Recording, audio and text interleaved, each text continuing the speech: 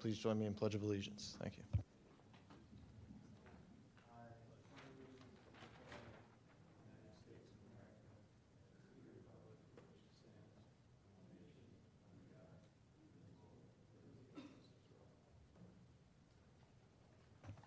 Okay, thank you.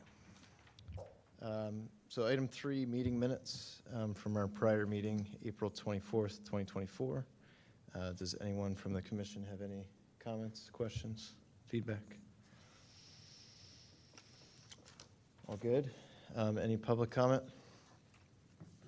I'll make a motion to approve the minutes. Do I have a second? All in favor? Aye. Thank you. Moving on to our consent agenda. So for the record, 910 Weldon Lane, 232 Atlee Road, 408 Yorkshire Road. So all of these were reviewed previously. Is there anyone from the commission that would like to discuss any of these addresses or projects? Yeah, I mean, Chris and I did visual inspections as well as the review of the plans, and everyone was in order along all the criteria that we care about, including construction entrance, shade tree protection. So it was all good to go. No, only one tree is being removed on one property, and it's being replaced by a better tree.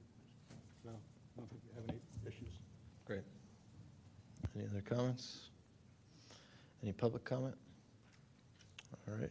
I'll make a motion to approve the consent. Do I have a second? Second. All in favor? Aye. Thank you.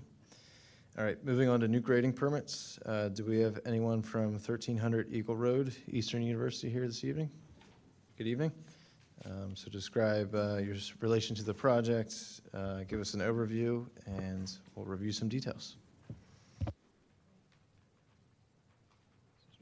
Good evening. I'm Mike Rakosny from Site Engineering on behalf of Eastern University.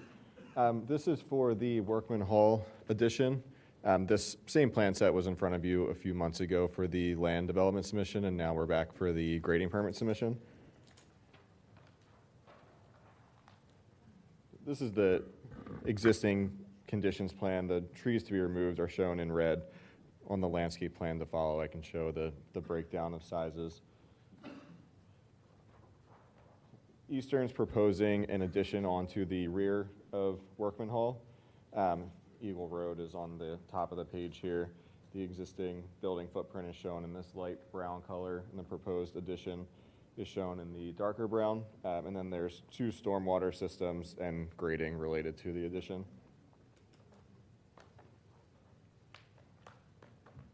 In the top left, backwards you guys, on this plan is we detail out our tree removal. We are removing 11 trees with a 6 to 18 inch diameter, 3 trees with a 19 to 29 inch diameter, and 3 trees with 30 inch diameter.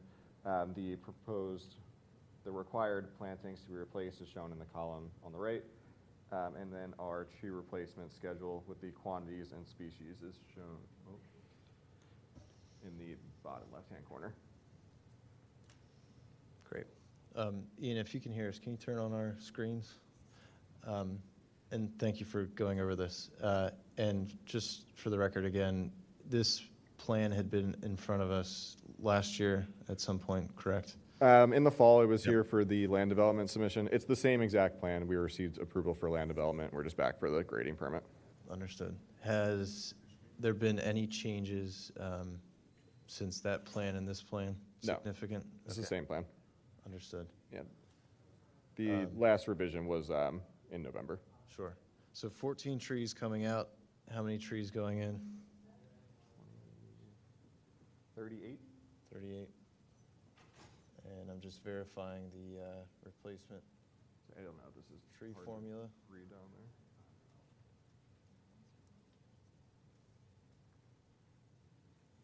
there. Bear with us while we're getting our screens turned on. Sorry. Thank you.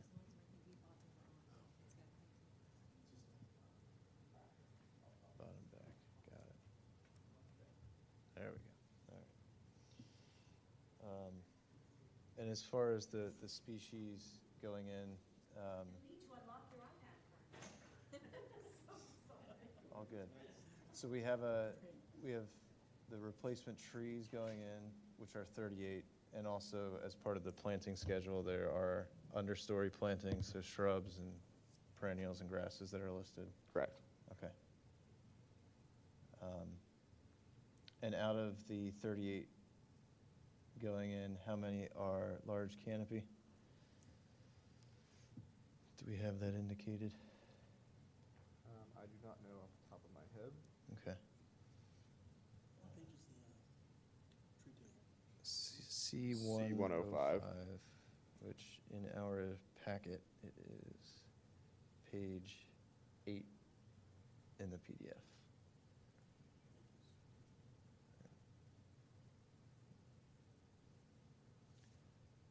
There's 6 species of shade trees.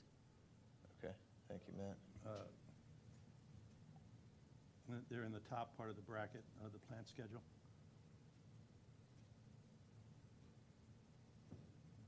Bear with me while we just verify the tree table.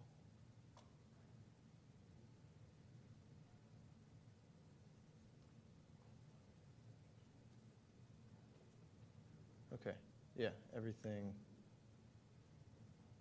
adds up. Good deal. Any other questions or comments from the commission?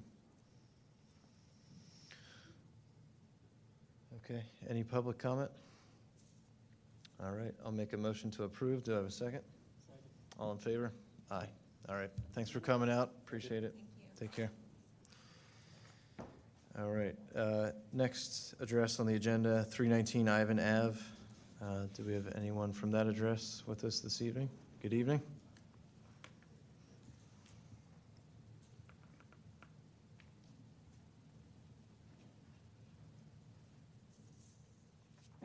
Good evening. I'm Scott Emerson with Bentley Homes. We are the builder of 317 and 319 Ivan Avenue, right next to the Township. I don't know if the planning, the commission recalls, we've been in front of the Township previously for final approval. This is the final approved plan for landscaping. So for what 319 is Lot 2, which is this lot here. So nothing has changed since then. We still have the landscaping that was approved back when the subdivision was approved to install. Obviously, that occurs after the houses are built. But I was here to answer any questions if there were any. Great, thank you. The set of plans that we have do not include the planting schedule, which is fine. We can just review what you have this evening. And indicated 0 trees to be removed, is that correct? Correct. Okay. And as far as the planting schedule, looks like there are trees going in, both trees and understory, it appears. Can you just give us a quick summary of counts of trees? So I would give you totals because we did this as the subdivision, which is how they were. So we have 5 ginkgos, 5 white oaks, 6 willow oaks, 9 Japanese cedars, 8 Norway spruce, and 15 cherry laurels. Great. Okay. Scott, you're not that old. You need that lens. The big one. Need that sometimes too. All right. Thank you for the details. And in regards to tree protection, 0 trees to be removed, but were there any existing trees that were on site that have indicated tree protection? Initially, there were trees removed. The trees to be retained were on Lot 1, and that tree protection's already in place. Yep. Got it. But on Lot 2? Lot 2, there's nothing. Nothing, right? Correct. Got it. Okay. I have no further questions. Anyone else? Any public comment? All right, I'll make a motion to approve. Do I have a second? Second. All in favor? Aye. All right. Thank you. Thank you. Good luck. Okay. Moving on to item 6 on the agenda, tree removal clearing permits. 106 Arbor Place. Good evening. So it looks like we have a clearing permit, 26 trees to be removed, 8 trees to be replanted. So if you could just come up, if you have plans, go ahead and put them on the table and introduce yourself, the project, and we'll talk through it. Why don't you go first and introduce? Hi, my name is Nancy Bennett. Not my first appearance in front of the Shade Tree Committee. 2014, we had a tree, can you hear me okay, fall into our kitchen. We have a property that was built surrounding white pines primarily, and they've become increasingly destabilized as the years have gone by. So they started out as little Christmas trees, and even predating 2014, we had trees fall, one of which fell on my daughter's car and destroyed it. But this particular tree fell into the kitchen while we were home, which was pretty traumatic. And then another one in 2018 fell through our attic. It's been a constant source of worry, and we certainly got approval to remove trees a decade ago, but they continue to be a problem, and we still have groups of trees in the front yard. We've continued to remove over the years. We've maintained the property. We have great maintenance as well as a wonderful arborist. But as of, excuse me,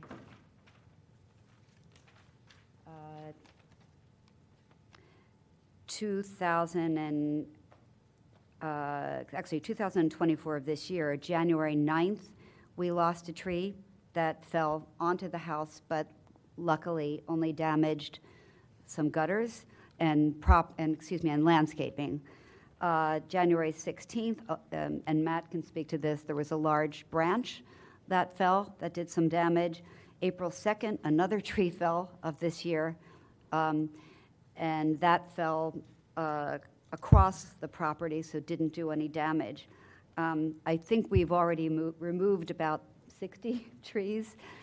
The issue is that my husband and I are Medicare recipients. We are not looking to build a swimming pool or a tennis court. I don't want to take these trees down. It's not money I want to spend because then I have to landscape as well. But we genuinely fear to have our grandchildren visit now, to be potentially even in the front driveway. We fear for our community because the trees are very dangerous, and they have shallow root systems. They're probably all about 110 to 120 feet tall at this point. Is that accurate? A little shorter? Sorry, unintentional hyperbole. But they, it feels like something we need to do if we are staying any longer. I guess I'll let Matt. Matt, why don't you give us a rundown on what's there? Yes, Yeah, excuse so me. Just a little background. Nancy worked with Mark Eberhardt about 6 years ago and did a lot of work in the back of the property. A lot of trees were removed, a lot of trees were planted, and this project now is totally in the front of the property. And this is kind of a crude map, but you'll see there's a lot of white pine and Norway spruce, as small as 12-inch diameter. I think the largest tree is 26-inch diameter white pine. I think part of the issue is there's a lot of water runoff. Behind the property is Radnor Valley Country Club. And a lot of water is moving through the property. It's pooling in the front, and it's very difficult to do any grading with all the roots that are there. These trees are very skinny. There's no branches until the top of the tree, so they're kind of sustaining all the sail effect. And there isn't any pruning that makes sense. So our recommendation to Nancy is to remove the trees. There's trees in the front left to stay, but all along the driveway and the street to remove and replant. And the landscaper put a plan together for 8 replacement trees, which is in our report, as well as some light grading to get the water to move to some existing box drains on the property. So it's been frustrating because we've had storm damage calls, Nancy's been away, limbs across the drive, brushing the house, trees falling, and we're trying to work with her to make the property safe, adhere to the Radnor Township rules and regulations, and do some replacement planting. So Matt, what was the basis for your 8 trees, the replacement comps? We have, some were decay, dead, very poor structure. One, there was some significant decay at 30 feet. One I wrote has 2 live limbs only at the top of the tree. It's basically 90% dead. There's a 3-leader tree with very weakly attached leaders. It was just silly to install a cable system in this tree. Another tree was 75% dead.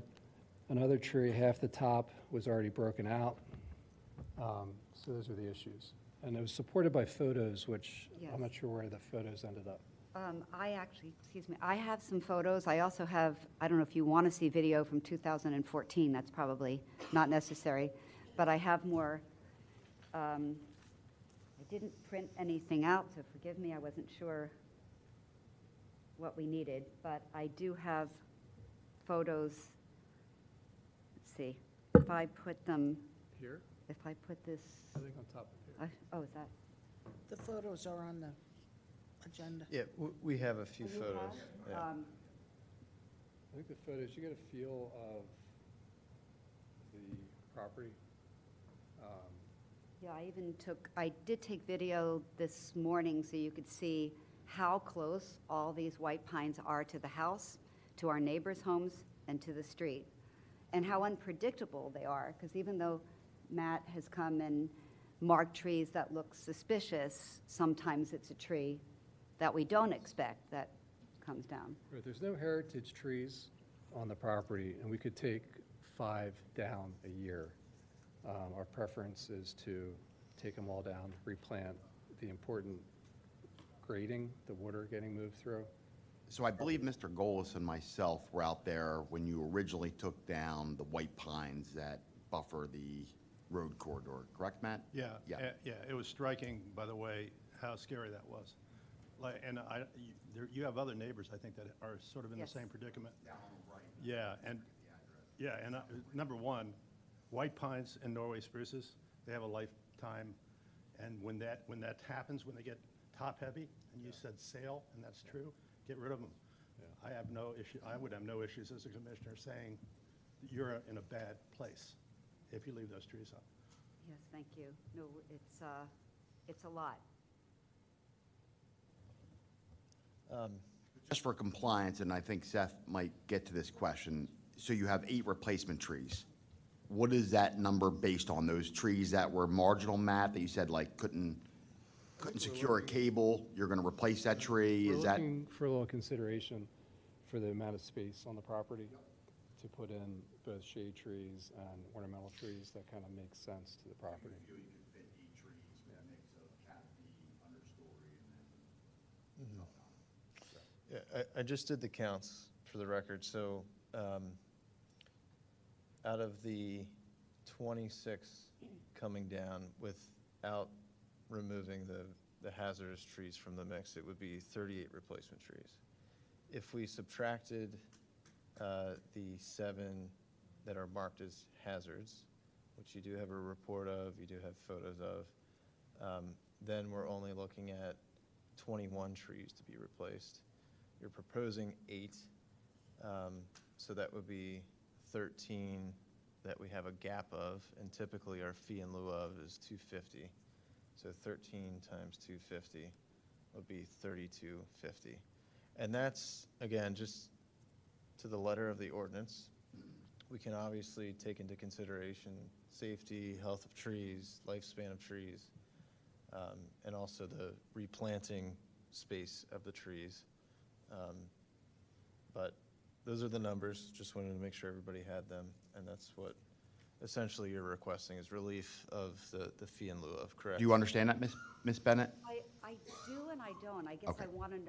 forgive me, I would like to know what we're talking about in terms of my responsibility and a clearer picture of Sure. dollars and cents. Sure. So to the letter of the ordinance, if we remove the hazard trees, which we don't require replacements, anytime you remove more than 5 trees, you have to come before us. And we have a replacement formula. So out of the 17 healthy trees that are coming out, that would require a total of 21 trees to go back in. And between I'm that, sorry, that's a lot. We don't even want to remove these trees. We're in a Understood. position where they're literally a hazard to us and the people around us. totally And understand. we're willing to put something there, but I also respectfully, I don't see why the formula for what normally has to happen should apply to this case. Where, So the reason why the ordinance is in place is to maintain the canopy within Radnor Township. And we understand that certain mature trees don't align to a similar count for replanting. So this is just a discussion right now. Yeah, this is the letter of the ordinance as Mhm. written. Right. So Seth's explaining that. that- Some I of these understand, trees but- are unrealistically close together. Right. So we're asking for relief from the Right. ordinance as written. Because So- when you remove, it's a community of trees, so the danger is if you remove 2 or 3, the rest of the community is more likely to fall. I mean, we know that from past experience. So Sure. I guess we're asking, Well, from where I'm sitting, I think the problem is semantical, because we're referring to healthy trees. I don't think there are like really healthy trees there. right, So why are we using the term healthy trees? Because, seriously, John, in 2014, they took more than that because they're dangerous and dying. they were in And- my, I concur. So Sure. Seth was explaining our ordinance and our guidelines and what needs to be followed. And I believe Seth preferenced that it's just a discussion. Exactly. Yep. okay, So thank you. that would be, yep, Okay. all good. Yeah, we're not making a decision just yet.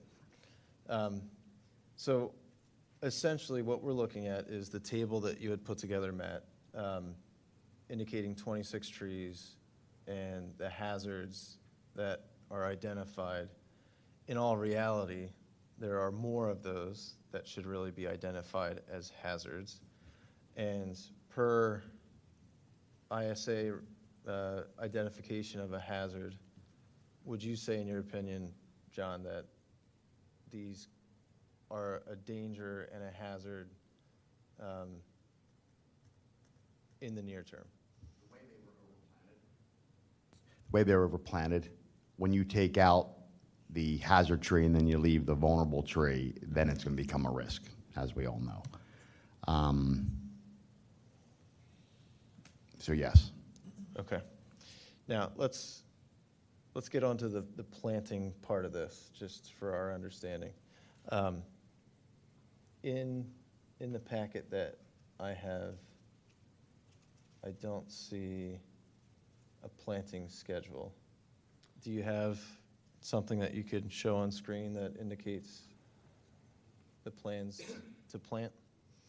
Or maybe I missed that page of it. Oh, I see. Got it. So 8 total. So if you could just run us through those species real quick. Yeah.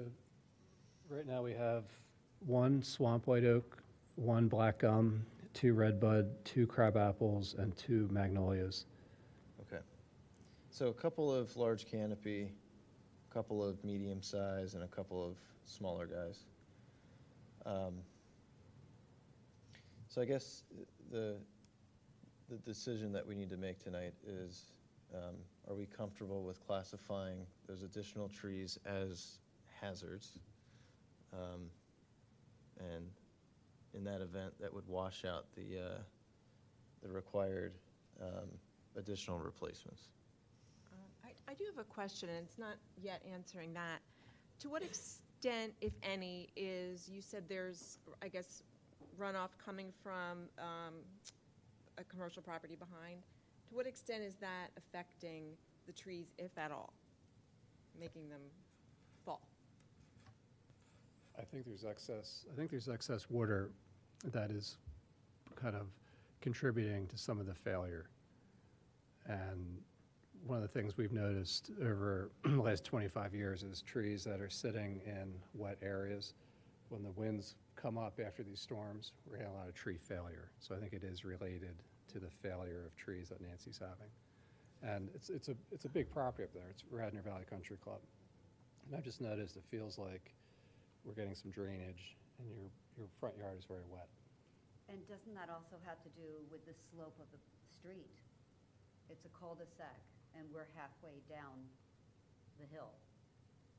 Yeah, and the reason I ask is I'm sympathetic to it personally too, is that when we look at the trees that you may be using as replacement, maybe some consideration to identify trees that might do a better job absorbing water so that they don't end up also falling, right? That was why I was asking. Yeah, instead of maybe, yeah. Put on your mic, John. I'm sorry, you mean in 2014? You're correct, yeah. Actually went through the roof into our kitchen. Correct. And the That tree branches- failed from rotational failure. There was, soil saturation, the whole root system flipped up onto the, Yes. And I don't think I knew you at that point. Yes. So in order to make the numbers comply, basically what would happen is an additional 13 trees would have to be considered hazardous. And if we count up the additional white pines that are listed that are not marked as hazardous now, we have 1, 2, 3.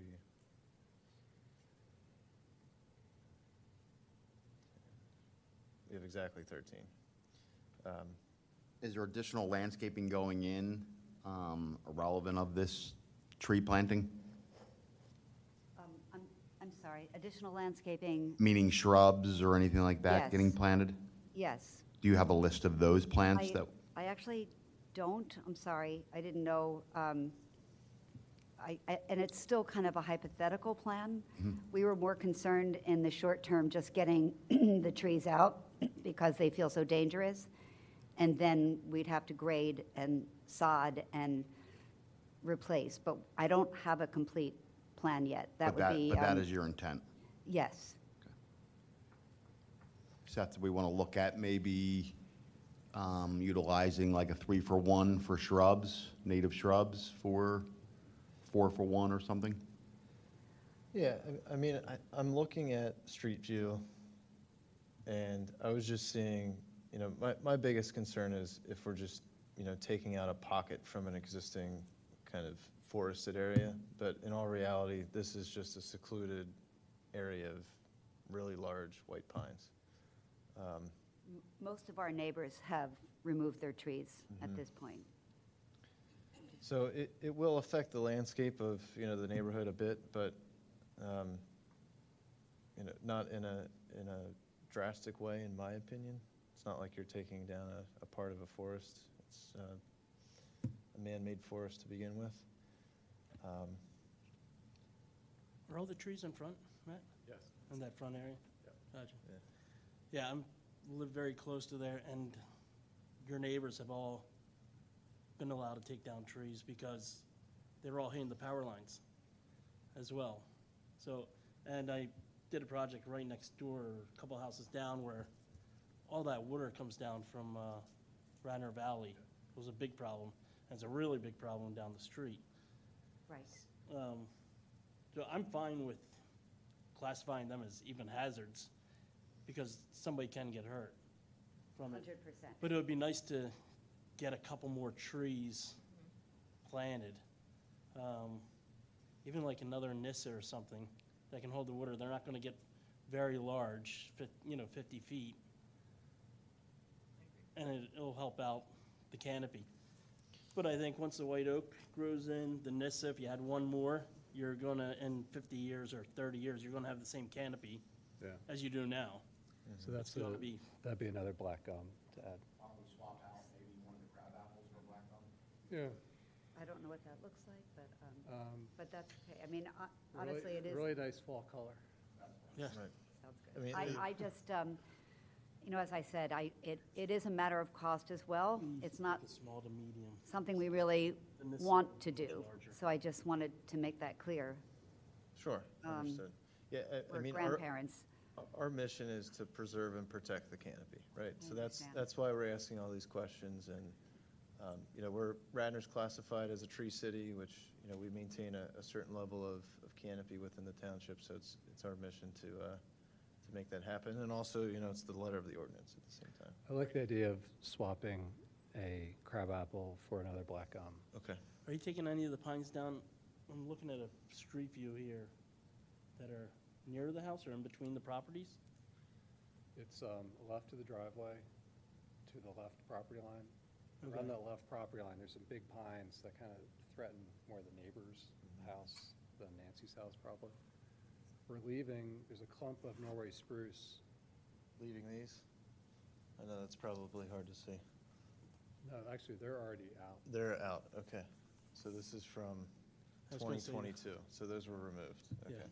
that's a good thing, because they look dangerous. Yeah, Yeah. we've been gradually removing them. And the property looks really great. As Nancy's been taking, in a couple of years, we took 5 at a time, and then it's been sodded, the wall went in. It looks really sharp, so. And I don't know if we talked about this specifically, but where you would replant these trees, it would be in the same area up front? Correct.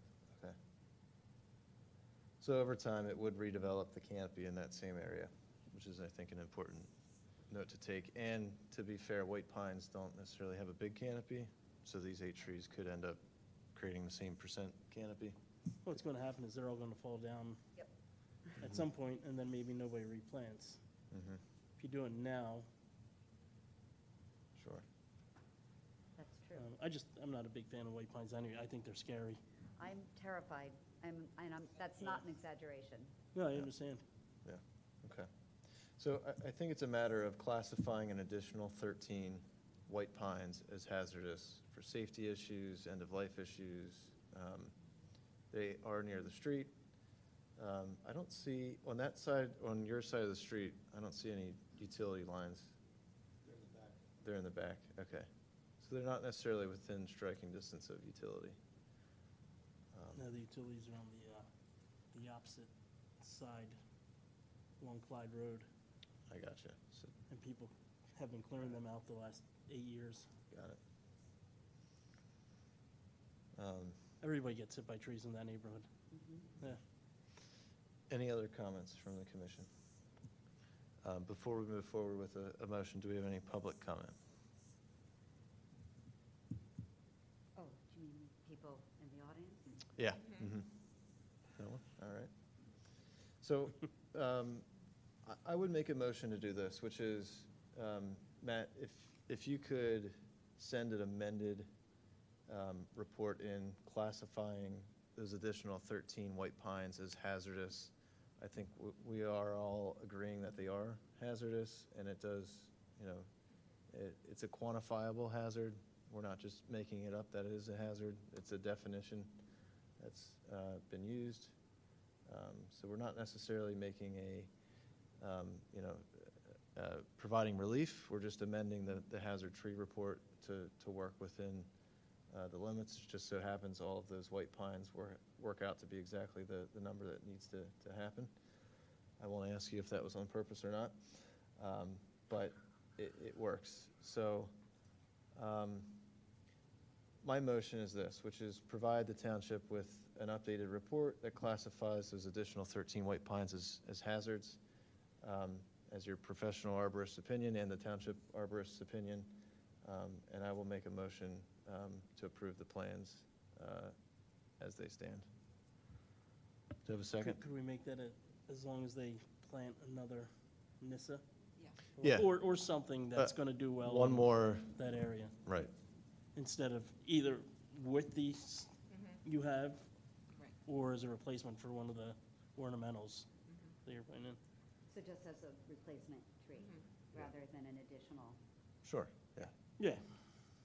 That, I think it's very fair. What's that? A different species. Different species. swapping the one of the red buds or Right. the crabapple, right? Yeah, yeah, For a larger canopy tree. okay. Do I have a second? All in favor? Aye. All right. Thank you for your patience. Thank you very much. Thank you. Of course. Thank you very much. Okay.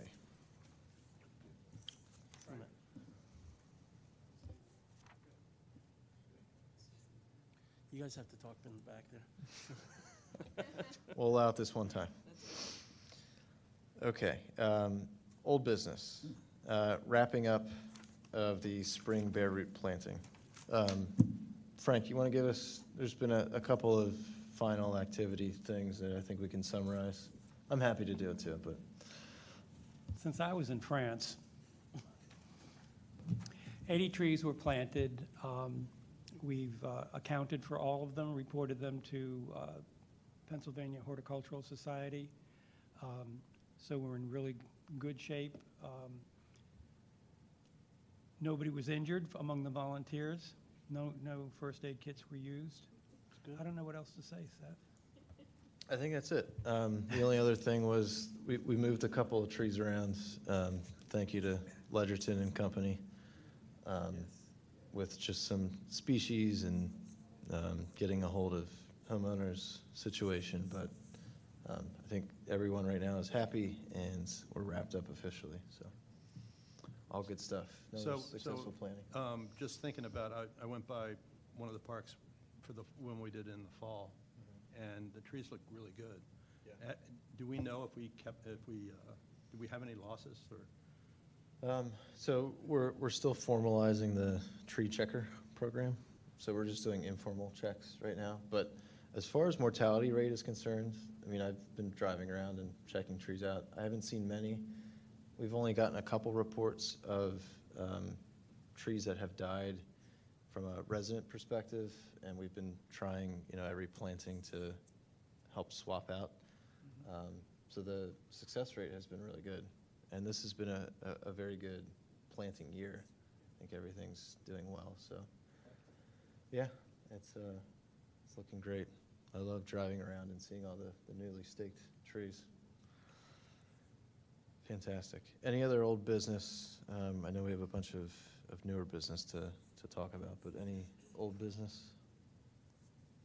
Great. All right, Mr. Hosbeck, floor is yours. New business. Okay. Thank you, Seth. I'll start off and then turn it over to John. In February of this year, I think we had talked about, John had brought up how we're going to do an assessment of the parks.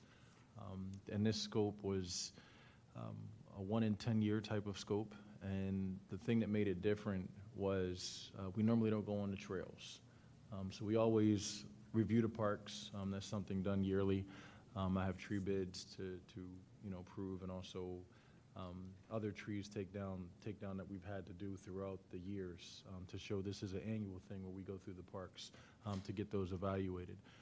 But this was a bigger scope because we went into the trails, which isn't really normal for us, but because we wanted to make sure that the residents were safe and the users of the trails were safe, we also included that in here. So we presented to the BOC on the 13th, and the reason for that, is it 13th or the 20th? I'm sorry. 13th. The 13th, okay, thank you.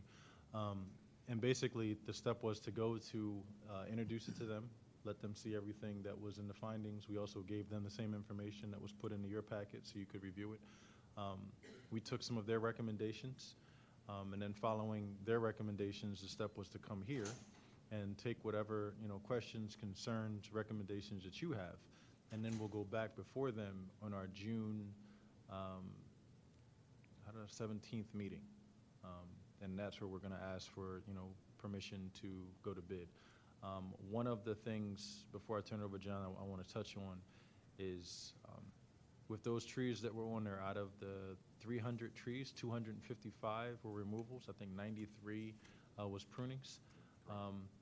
The commissioners wanted the most severe hazardous trees that were in public areas, whether it was around benches or whatever it was, to be identified. So I came back at this last meeting, and we have a threshold of 25,000 that we cannot go over to be able to spend without going to bid. So we stopped at that mark, and we're going to get a quote to see how many trees we'll be able to take down. But John identified 34 that are immediate removals that will, kind of move with lightning speed to get quotes on and see how many we're able to take down with that allotted money. So with that, I'll turn it over to him, and then we'll touch base with a little more after he's done. And one other thing to note too, I did get a chance to watch all the meetings, and we had chatted. I think it's worth noting that our insurance from a liability perspective was contacted, our solicitor was contacted, Bill White. So the sense of liability and urgency for that first batch was in due cause. Yeah, liability reason, what was explained to us is that the township is always going to be liable. But what makes it, if you want to say more liable, is once we've went in and we've made a determination. So now we know that there's something that needs to be corrected. If we didn't know, we're still liable. But once we know, we definitely have to act. So that's what caused us to have to go in and do more. The other part is there is, from the legal point that you mentioned with John Rice, legally, we are able to spread it out over time. This wasn't something that we planned to have that many. It wasn't budgeted. We have a tree budget every year, and we're usually able to fit things in. Even with that, we still, go over the amount that was allotted for that budget. But with this, because it was so many and it was unexpected, we're looking at doing a multi-year removal plan. Understood. Thank you. All right, Mr. Hosper, go for it.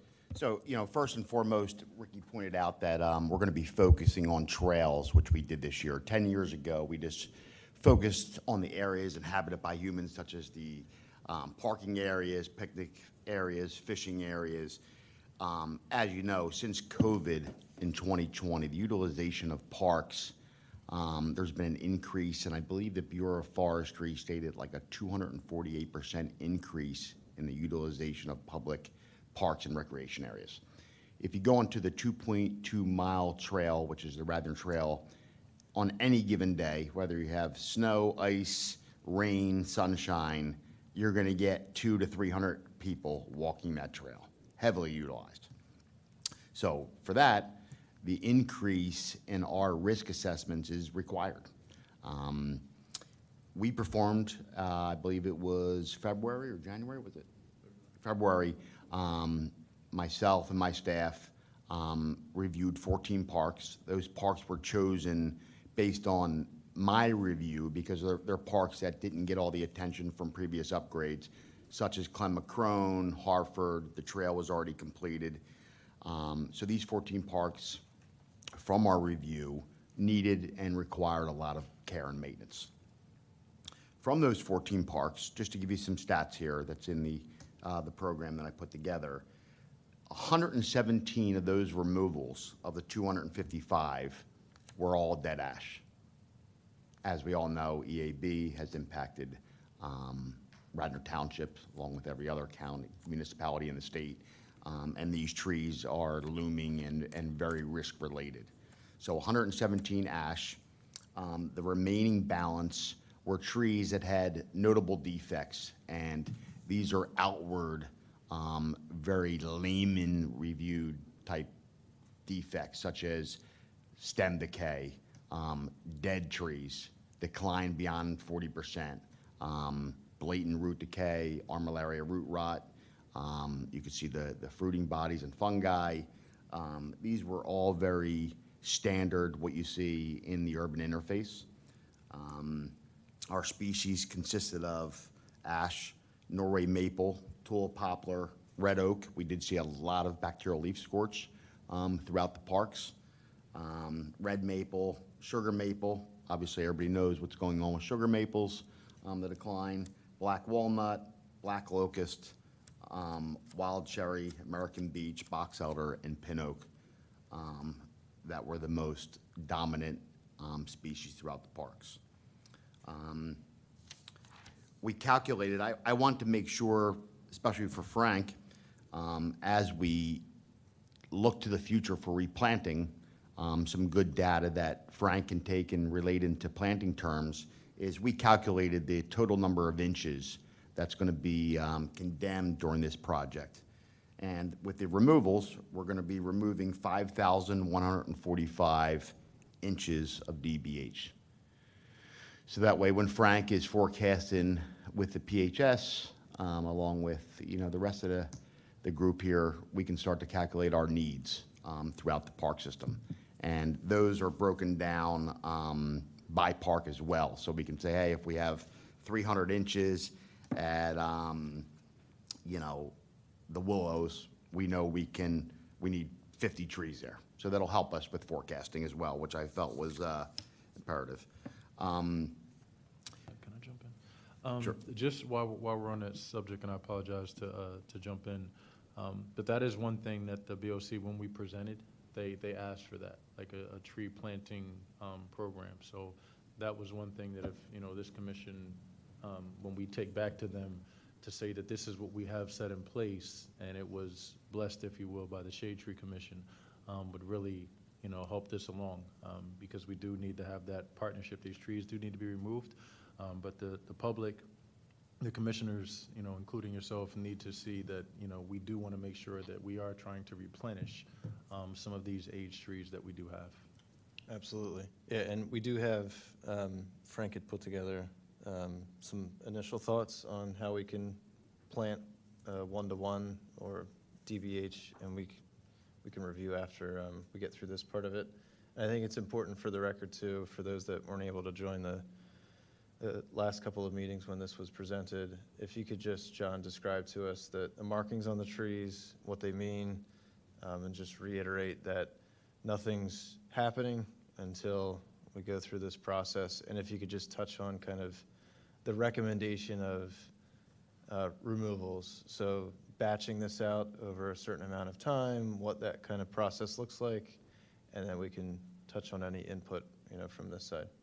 So as part of the calculations and data that you'll see within the package, the removals, 255, which is 73% of the trees that we tallied. Pruning is 93 trees, and that is just, big, large dead leaders, branching structure over top of, trails, parking areas, picnic tables, those type of amenities.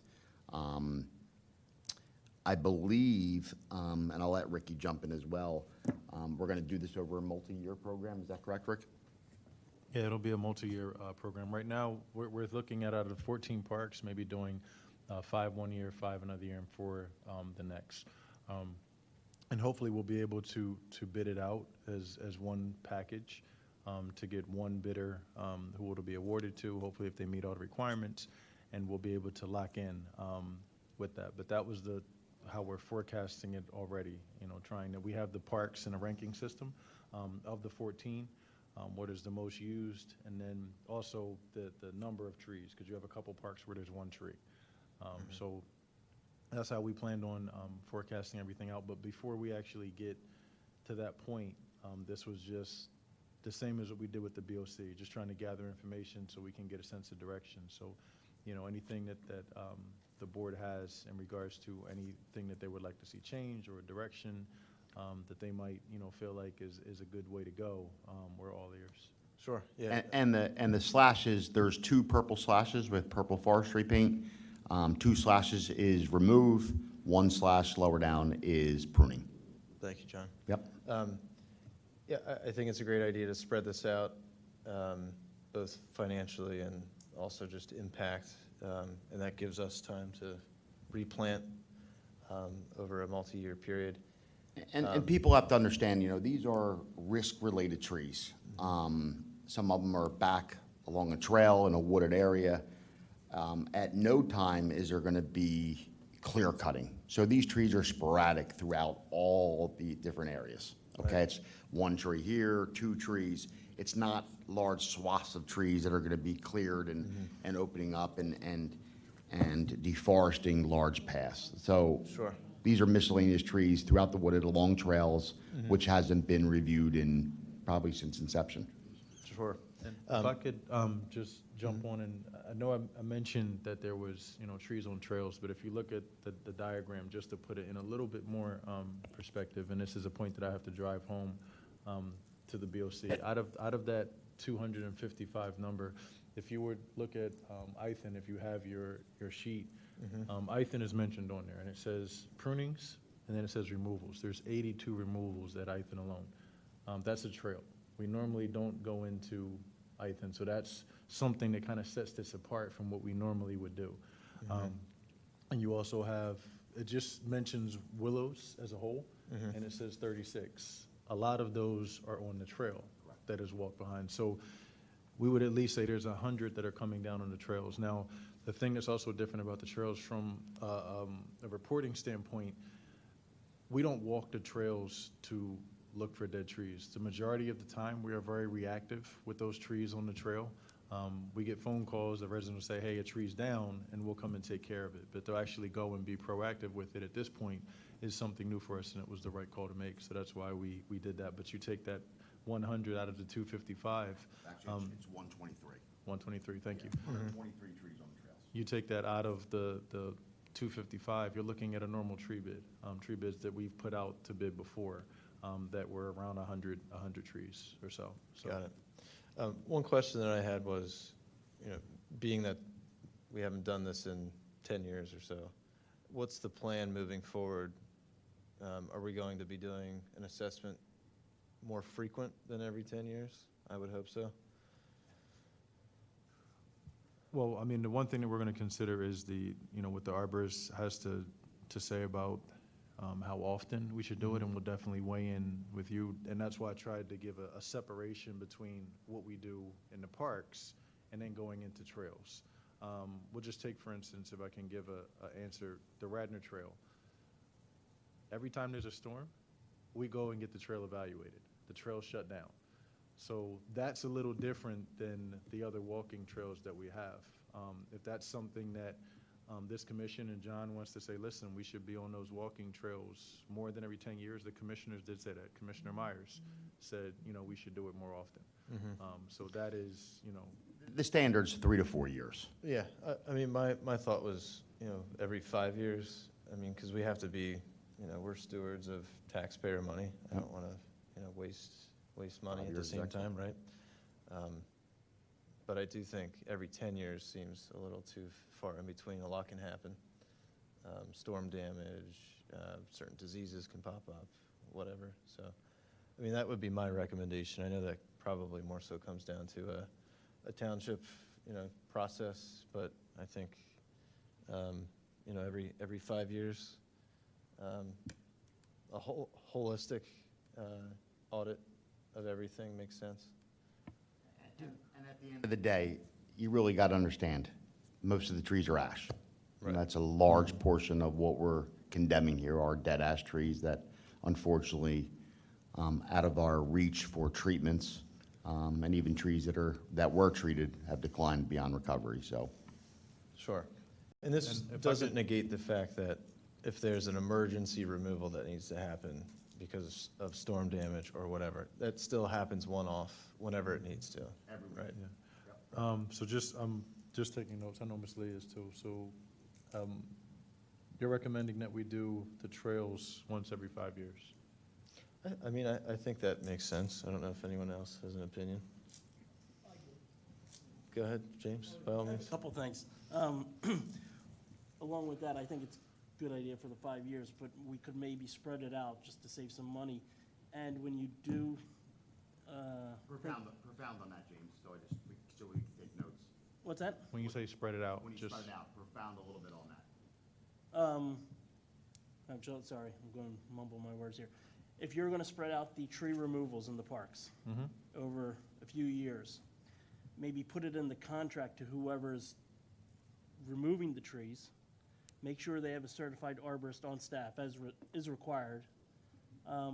and make it a requirement that, say in year 3, we're finishing up the removals, or year 4, you have that certified arborist wherever they're working, notate while they're working in trails or parks, if there's any other trees that they notice, that they could report back to you. I don't think it's gonna cost any more money. No, I mean, and that's the good part. Like, the people that I've worked with so far with the bids that come out, that's what happens. Like, Perfect. they do But that, and if you notate it we've had in change there, orders. then Yeah. that you know they have to come back to you. And maybe instead of 5 years paying for the assessment, you do it every 7 years maybe. You might buy ourselves another 2 years of doing a full report. Yeah, just to give some context to what you're saying, so when we did the trail, not this last time, but there was one that was done by another tree contractor. By the time we got there, there was extra trees that deteriorated. So after they recommended them and said, hey, these trees look bad, we then called the township arborist out. He verified everything that we're saying, and we had those trees added in. So that would be a normal occurrence. We're not going to bring them back out if they're there. That's perfect. You know, That's so great. yeah, it definitely goes exactly how you're saying. The other thing is possibly when you're doing the $25,000 cap, maybe look for contractors that have a spider lift. That way they don't have to go out and rent one. They can get into the trail and easily knock out some trees. The last contractor that did the trail. He had one. Actually had two of the lifts, yep. Right. Yep. So I would look towards somebody with that because I think you're going to get more bang for your buck. And that last contractor, I think he took out, 60 or 70 trees? And the bid price was like $34,000. So if you go somewhere like that, if he did a good job, I'm not sure what type of job he did. But if it was okay, something to look at. Just my 2 cents. Last thing, or 2 more things. Look and do grants for ash trees. Is that possible? Do you know of anything? There was years ago. Nothing else? Okay. Next thing is specific to a park. So I think Bo Connor Park is the one in the back, right? Where it's really wet? So right behind the batting cage, I think it's a walnut or something that's half dead. Do you have any, paperwork on that, John? You know, okay. So there's a walnut right behind it that definitely is half dead, should come out.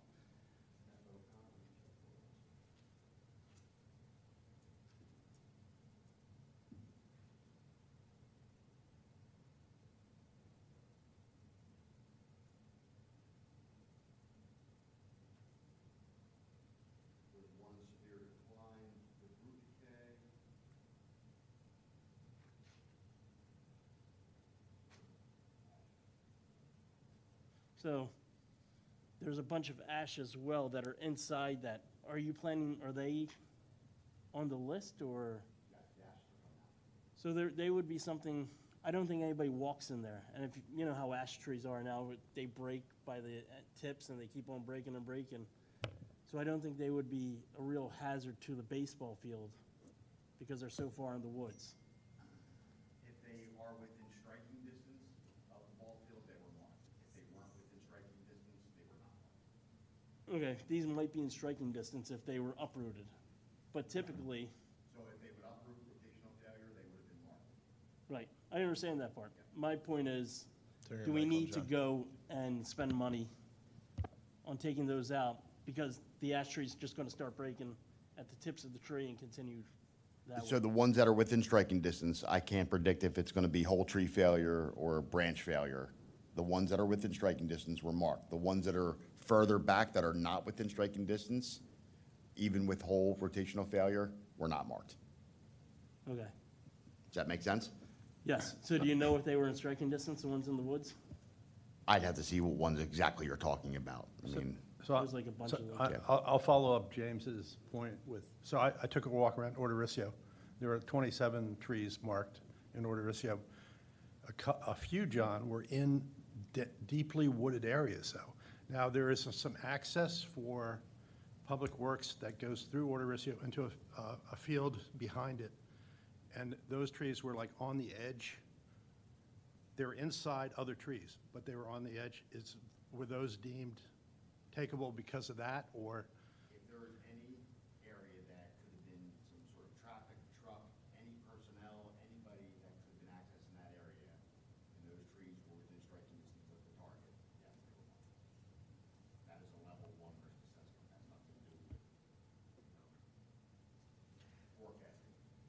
I have a question, I'm sorry. No, go ahead. No, Eugenia. just based on what we're talking about, which trees. Rick, did you say that they're gonna be based on their 14 parks? And, maybe 5 one year, 5 the next year, 3, whatever.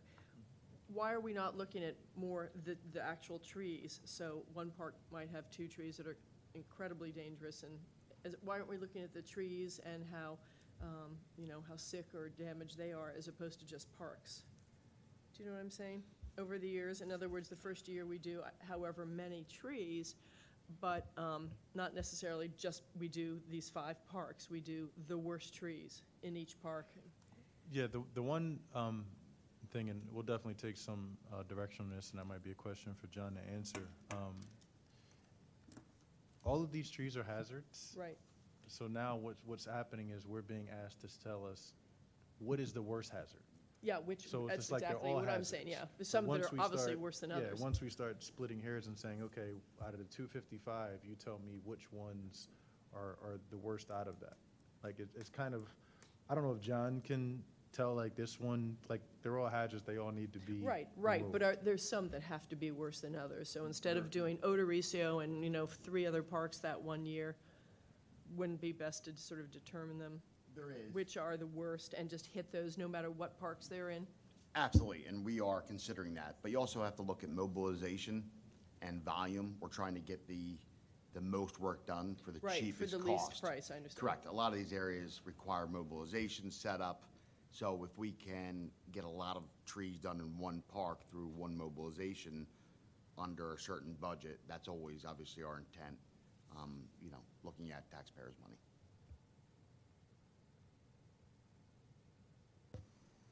Okay.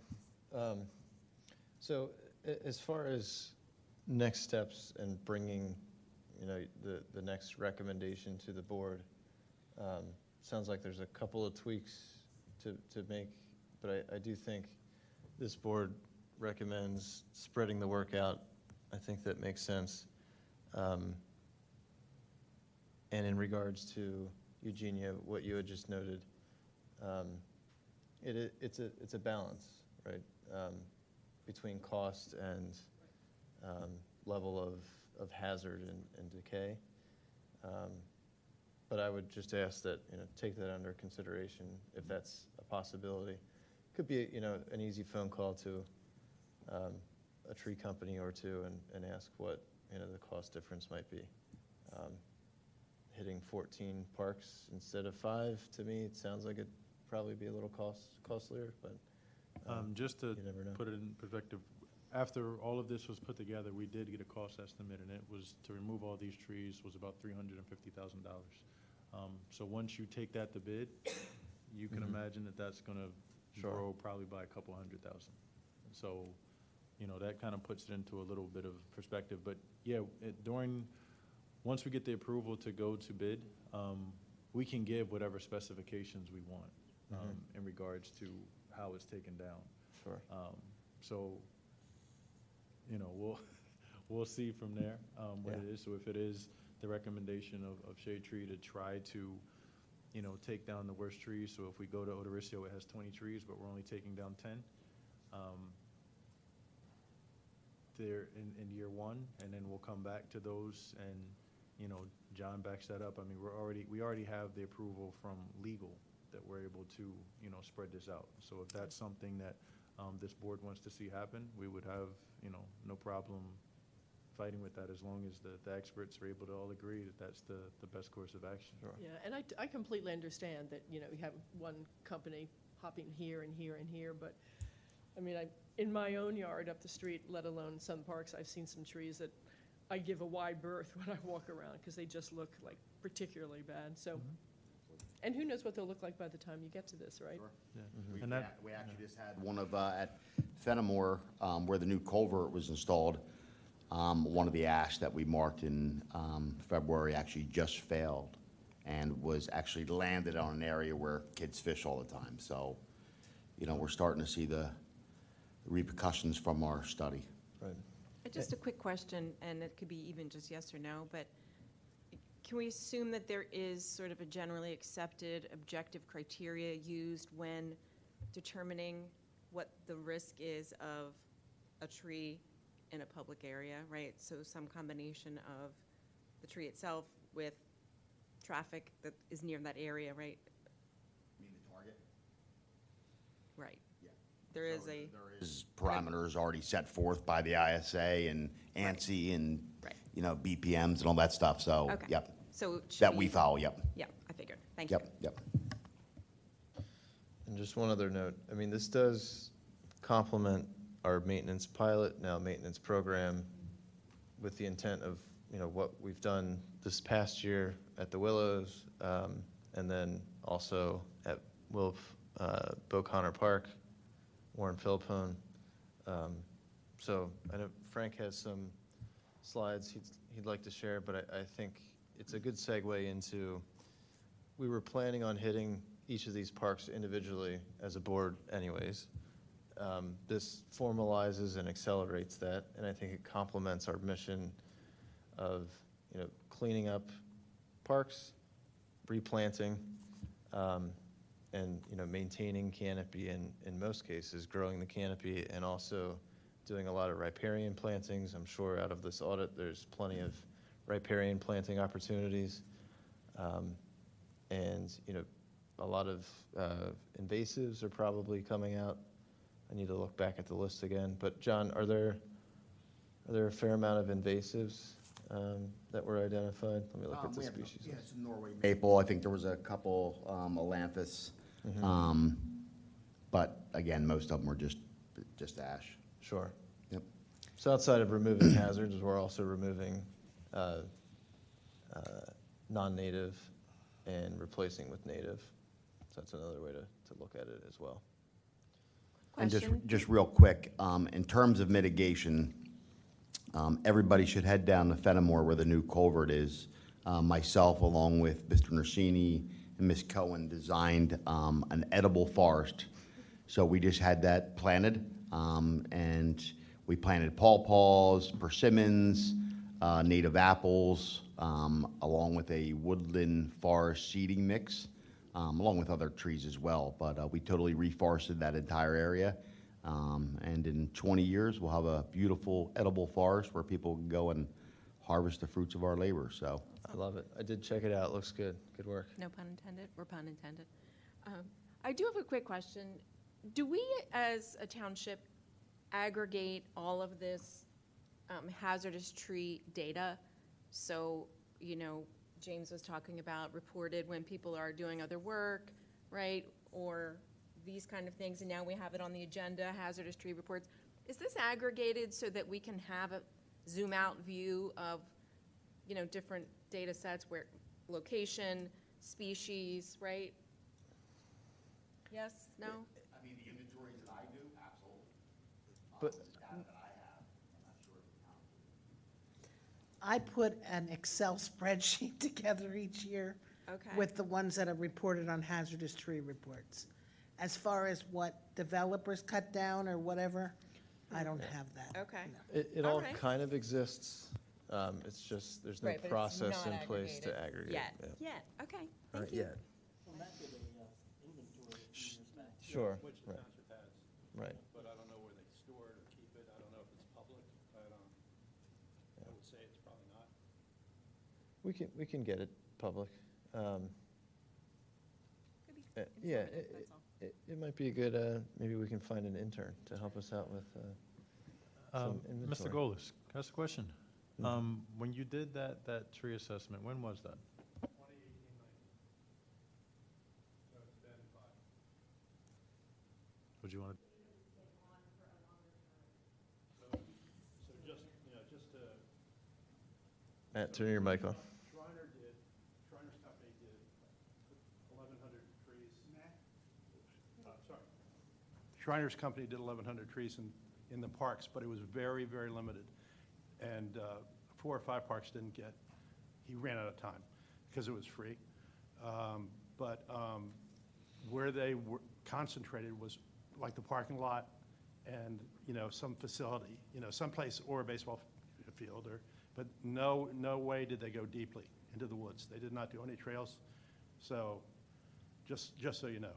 And I think a lot of Radnor Public Works was reacting immediately to a lot of that stuff, especially when they pointed out a tree that was ready to go, so you were around for that, but. So that we don't go on for too long, Frank, you want to run through your planting proposals? He set a laptop up with, I believe, your presentation.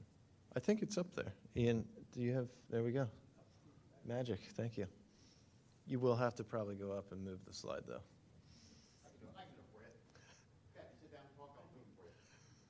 Thanks, John. I didn't say it, you did. Yeah, just following on Seth's point, when we heard about the assessment program, it made sense that we'd want to replace these trees that were being taken down. So we thought this would be an opportunity to coordinate everything. We're going to be removing dead trees. We're going to our maintenance program, we're trying to maintain existing trees. So, and our tree planting program is replacing trees. So if you go to the next slide, I started asking some questions of PHS if we could get some of their discounted trees. And currently they limit us to about 100 trees per planting, and we do that twice a year, so we get 200 trees from them. They have been generous enough to give us 150 trees one time, and we pay about $100 per tree, which is pretty good. They told me today they're willing to let us order more, but there will be a limited supply. It'll be limited by supply because they actually supply trees to counties and all of Philadelphia. But they give 2,000 trees per planting, and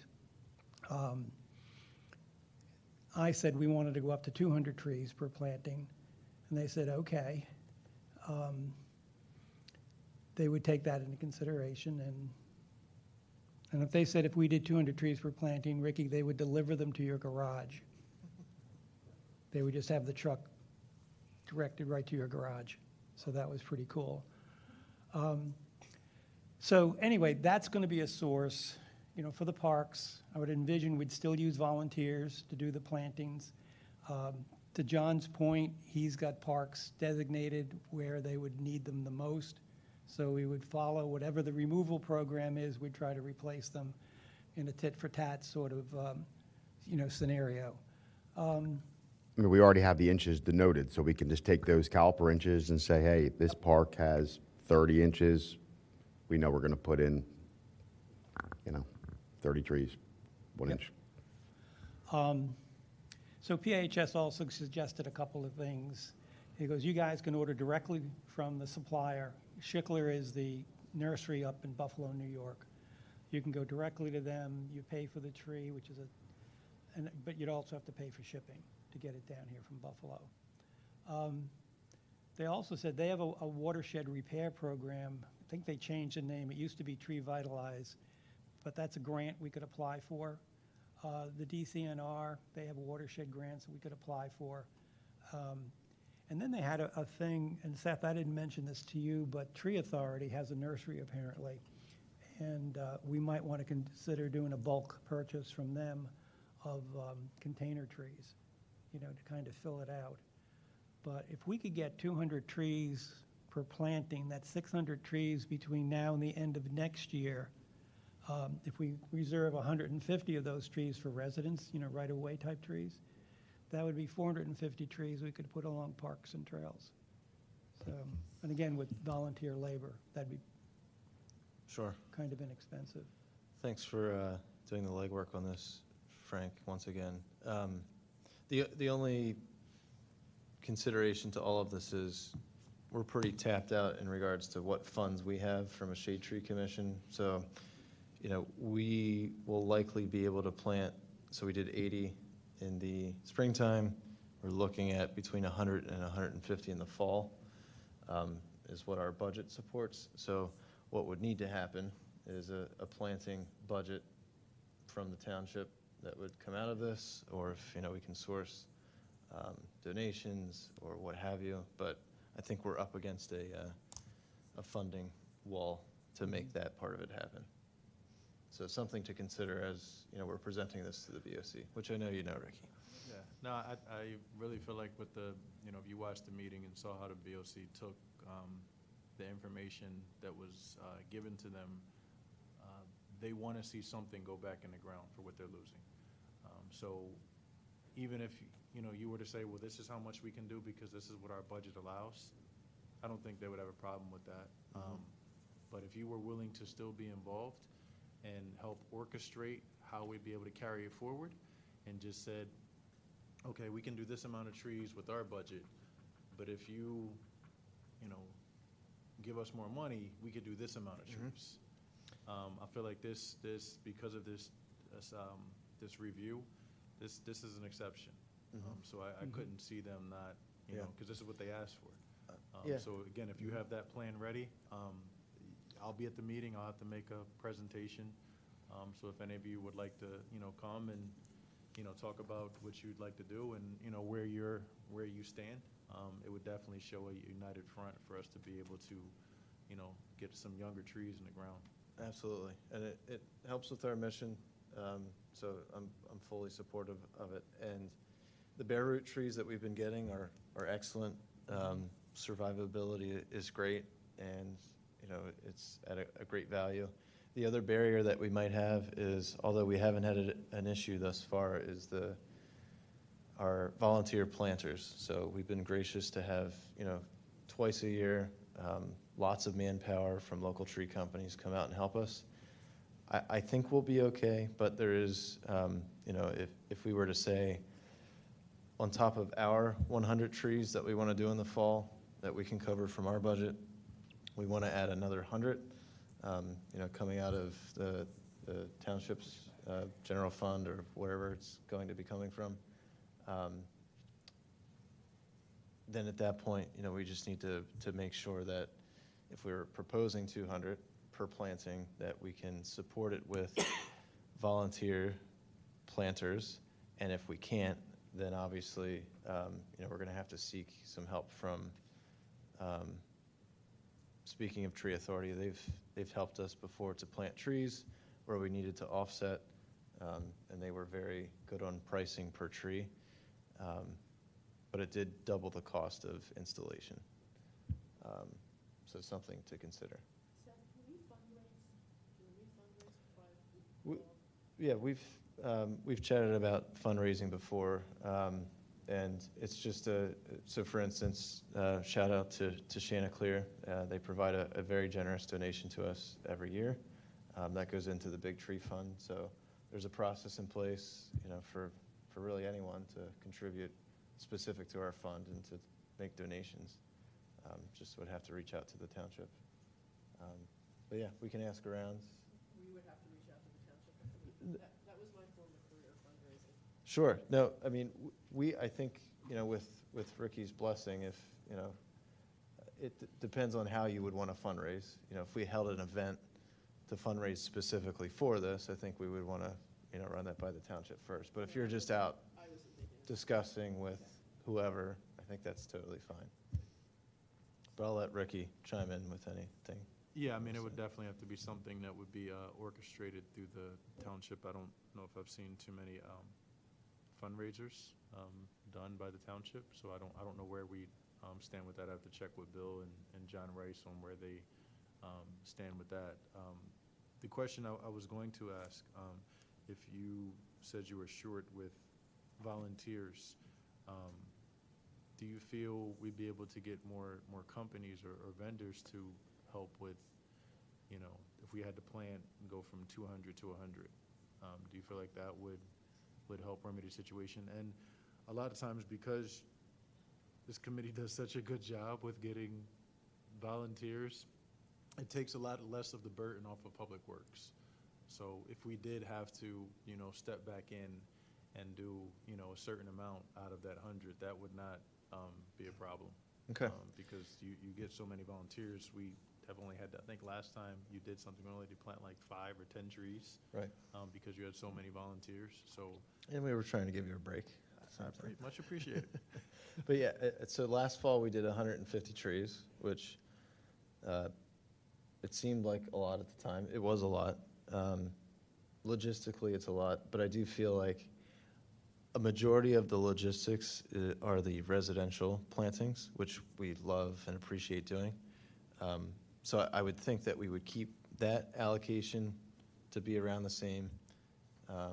You know, between 80 and 100 trees go to residents, and then the remaining 100 to 120 would go into parks. So that's another thing to consider. It's not that all 200 trees would be meant to replace the trees coming out. It would be, you know, half of that, but still it would be picking away at the intent of what we're trying to do here.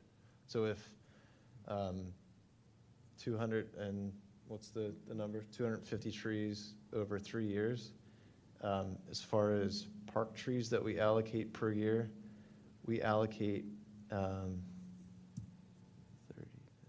yeah, roughly on average 80 per planting, but for the year, around 80 per year. So we're looking at, you know, we're pretty much matching what's coming out 1 to 1. And if we added on top of that, you know, we'll be exceeding the 1 to 1 by far. So Just a few years ago, when they would do the street tree planting, they would charge the residents $35. You know, you could always go back to charging for the tree. yeah, I appreciate that. I do feel strongly around keeping it free. But I'm happy to, you know, this is a board of, I think at that time, it was just to motivate people to make sure they took care of it. It really wasn't about the cost of the tree. It was it Sure. was so that you bought into Yeah. it and took care of your tree. and it did add a bit of logistics. And at the time, we were only doing, you know, 10 to 30 trees per planting.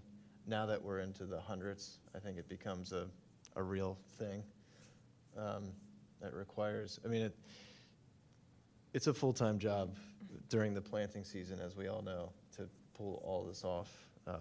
So I just want to be cognizant of workload at the same time. I have a question, especially with what you just said. In the spirit of coordination, I know that there are other organizations that give away trees, right, within the township. Is there any upside to partnering? Would it be a net positive, right? If we were to coordinate efforts, would we still end up with more trees than we do individually? And maybe we would have, you know, less. I was getting there, I promise. Yeah. So I did speak with Amber from the Conservancy a couple Okay. days ago, and this has been a long time coming, how we can join forces with the Conservancy, the EAC, all of the local groups. So I don't want to conflate the process and add any more barriers, but by all means, you know, both manpower and financially, you know, we can discuss if we want to combine. I know the Conservancy does a tree giveaway. Possibly, you know, the point of the giveaway is to allow residents and everyone else to get trees to, you know, regreen the community. In this particular case, we're just focused on parks, so I understand that, you know, it's not exactly the same program, but, you know, would love to hear the Conservancy's thoughts on all of this. I'll open it up for public comment here in a minute, but I think as far as next steps are concerned, I think if we increase our allocation of trees per year per planting, on average, we've been doing 230 trees per year. Let's say if we go up to 300, which would not require that much additional fundraising, it's a very tangible, reasonable number, in my opinion, and that out exceeds what's coming out. And what maybe we can do as a follow-up action item too is reach out to the nursery and see if we can do a pricing, because I know PHS gives us the first few trees at a cheaper grant cost than the remainder are at full cost. But Could I add and something? shipping, yep.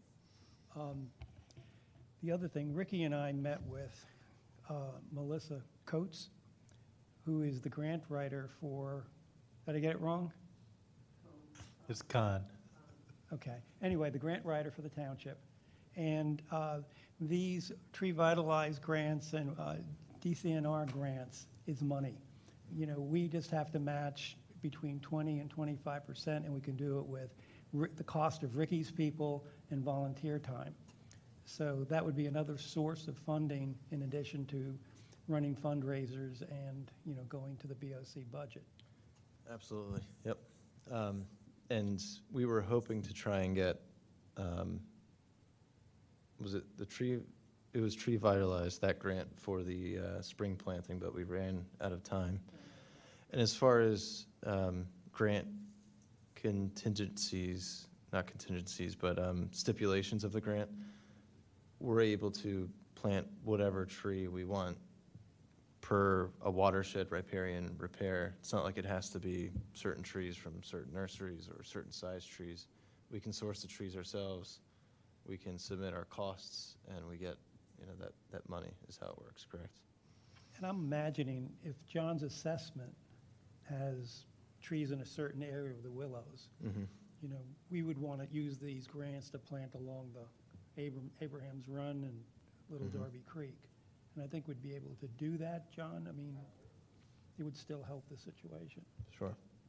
So I'm thinking this, to go to the BOC, say, you know, shade tree can cover 230 trees per year, but in order to get up to 300 trees, you know, there needs to be some additional funds, whether that's through a grant, which I think we can make happen, but maybe not, that's not necessarily a promise every planting and every year. So there might need to be a supplement of some funds. And I know since 2020, our big tree budget allocation in the board's budget has been reduced sometimes to zero. So I think this is a great opportunity to say, hey, please add that back, plus some. And that's how we can help cover the trees to get that reestablished. So you're armed with the info. I think the board agrees that it's a good idea. Any other comments? Yeah, just, I will, yeah. yeah, one comment. I was going to say, if everybody was up to like getting some 5 or 7 gallon trees or even 10 gallon, whatever, I would, if we could get the funding for the trees, I would say go out and I could probably do about 20 or 30 this year to add on in, say, September. Okay. Maybe when you go back to talk about the $25,000 tree removals, maybe put something on there that we can get some funding. I would need about, if we went like a 10 gallon, we'd need about $2,500 or $3,000. And we could probably get 20, 30 trees. And I could plant them in September, kind of catching up to what the first removal is doing, if you guys were. So you're talking about Okay. the 30 that we're going to take down, you're talking about replacing those already? Yeah, if you went with 5, 7, or 10 gallon trees, and I can, you know, we can go to the nursery you guys bought from last time, or if John has somewhere else that we can get them less expensive. It's not a big cost to get the trees, and I could, I mean, I can plant these in a day myself, Sure. probably. Is that- Then we're ahead of the game. Yeah, and it looks good too, that, you know, you're taking down these trees, but hey, we're replanting right away. Is that voluntary or you're offering? Yeah, volunteer. Yeah. Okay, all right. Just As long as my wife doesn't mind. No.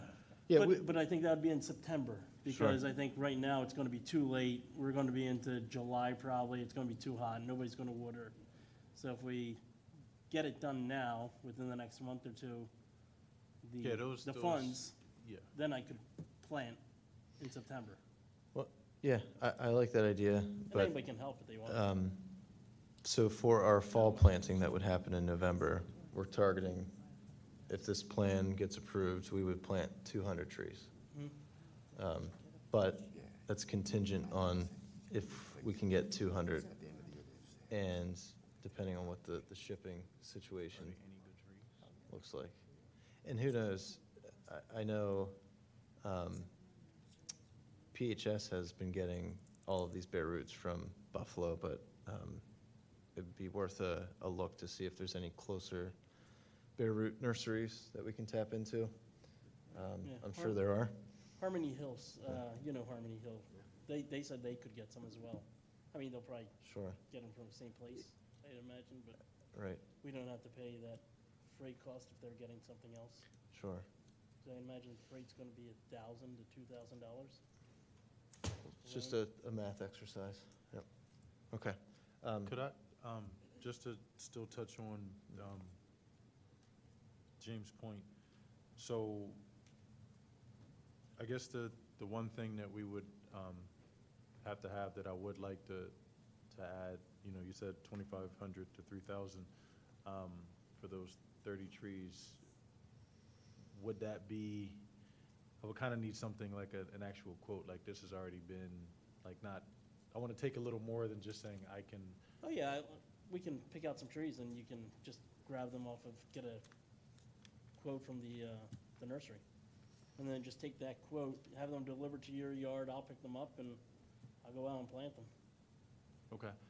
But I mean, like specific, like variety, everything. I Like, can help pick them out if John or if anybody else from the board wants to help, if we're allowed to do that.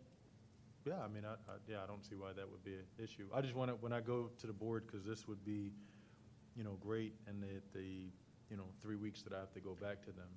I To could say have that- something next week for you. Yeah, perfect, thank That's you. awesome, James. Thank you. Thank Is it, everybody's cool with that? Yeah, Okay. yeah, absolutely. And if you need a hand, happy to help. Yeah, I'll let everybody know when we do it. and I'll bring a whoever wants to shovel. come out. Sounds good. You'll bring the whiskey? No, you- Stricken that from the record. So typically, we leave public participation to the end, and we don't comment on individual items on new and old business, but I'll make an exception. Radnor Conservancy, if you're wanting to make public comment on this project, by all means. Oh, this is so exciting. Marla Neeson, 230 Windermere Avenue, Wayne, PA. I'm also here representing the Radnor Conservancy, and wow, so much content. So I've got a bunch of notes. The first thing is on funding. I don't know the specifics, but the Willistown Conservancy has a big grant for tree planting. Apparently, was coincidentally talking to a woman last night, and their housing development was the first people here in Radnor to get a grant, and they're planting like 150 trees. So, and Gretchen Grobels is at the Willistown Conservancy now, so we might have an in there. Bidding. Relative to the tree removals, you mentioned, Ricky, about a $350,000 estimate. I would suggest, I actually was the Deputy Procurement Commissioner for the City of Philadelphia for 7 years, and I would suggest you look at, they have at least 2 different bids. They have street removal trees, and they also have removal within Fairmount Park, which is a very complicated process because they have to identify the trees through a GPS process, geo-coordinating, and absolutely, for you to take down the 200 some trees here, it shouldn't be anywhere close to 350,000. So just as a point of reference, I thought the idea, James, you had about when the arborists are there, absolutely, that can be written into a specification and have that, be part of the price of when they're there. Let's see, sorry.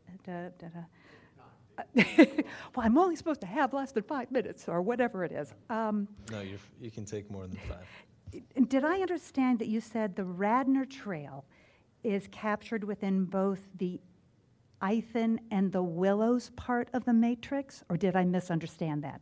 So About the Radnor Trail from previous inspections. it's not, I was going to say, because I'm going, I don't Yeah, it's- see it the was- trail on no, the matrix at all. No, that was a separate, that project was done in 2023, correct? Okay. No, I'm talking about the inventory. Yeah, I did it in 2023. Yeah, spring. No, that's, yeah, the inventory. Yeah. Okay. Also, relative to volunteer planters, I think that would be a spectacular area for us to partner with. The Radnor Conservancy continues to have more and more organizations coming to us, universities, bat mitzvah, kids, saying, we need to do public service. What can you help us with? This would be a brilliant area, I think, for us to collaborate on. I don't know if it's possible to get who'sy whatsy. Yeah. Ian, do you mind turning on the camera? We have a quick document to share. Thank you. Should I close this or no? You're good. Okay. Okay, so I also went out to Odoricio Park today and walked around. Let's go to number 2. At least I noticed from John's original scope of services from February, there was a mention about tagging trees. At least I didn't observe any actual tree tags up there, which makes sense, because if you're going to take them, if the plan is to either prune or remove, but with the descriptions that are there, it can be really difficult to actually find the right tree. I mean, I was using my phone, doing a compass. I had my DBH. I'm looking at the leaves, trying to make sure I have the right tree. So Trees are getting mapped within 2 weeks. fantastic. Okay, because that was either a map or physical. If we go to number 1, at least walking through the park today, there are trees that are noted for removal. And now that they're out of their dormant state and they are in full leaf and there are some that, from my experience of being a volunteer field biologist doing tree assessments for a month, these wouldn't have reached that classification for being in decline. And I'm just wondering if now that the trees are in full leaf, to maybe, particularly the heritage trees that are slated for removal. And for instance, the number 1 tree, which is listed number 1 on the matrix, is a 43-inch diameter black locust right at the entrance to the park. So it's a pretty notable tree. And I mean, I have pictures and stuff. With the exception of maybe a couple of branches for pruning, it looked pretty healthy. Actually, it looked really healthy. So that would be where, if there could be some consideration on that. Kudos, John, if you actually, at least if I read the report right, 4,100 trees, that's a lot of trees to be walking around. I can appreciate doing it when the trees are dormant is easier because you're not being slashed by the wild roses as you're trying to put the tape around. But there were, just again with Odoricio, I did find some trees that there seemed to be, I don't know if the data got put in, but there were some discrepancies. For instance, at the basketball court, it shows on the matrix that there's 1 red oak, but there is a second, even larger red oak that isn't on the matrix, which looks also, once again, didn't have any obvious defects, which has the 2 slash marks for removal. So just those are the comments on the actual matrix data, because I know everybody wants this to be a one and done, and certainly wouldn't want to take out any heritage trees if they actually, with maybe just a little pruning, which would be cheaper, could be saved. So thank you so much. Thank you. Appreciate it. And John, I think, once you have the mapping out in a couple of weeks, we can maybe take a look at it. And then, in addition, I think that the guidance that we're giving during removal is sounds like as part of the scoping, having, their certified arborists evaluate nearby hazards, but also evaluate what's about to come out too. So if it's, by chance, a tree comes back, which is unlikely, we would give them the guidance to not remove a healthy tree, of course, right? Hello. Hello. Next. Christina Peters, 429 King of Prussia Road, where Asplin kind of butchered some of my trees today on the trimming, but that's a different story. A lot of trees impacted here, and I can't say I'm surprised if this is the first time we're looking at the Radnor Trail in that way. And as that work is done, I think we ought to double down on this maintenance project that we're doing. I find it sometimes a little frustrating to watch equipment go into a wooded area to take down a tree and note that all around it are trees covered in English ivy that are being compromised by a much more easily addressed issue. So the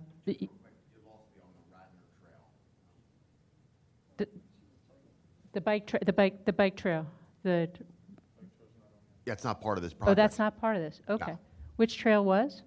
The Willows, which is Skunk Hollow and Oh, Ithan okay. Valley.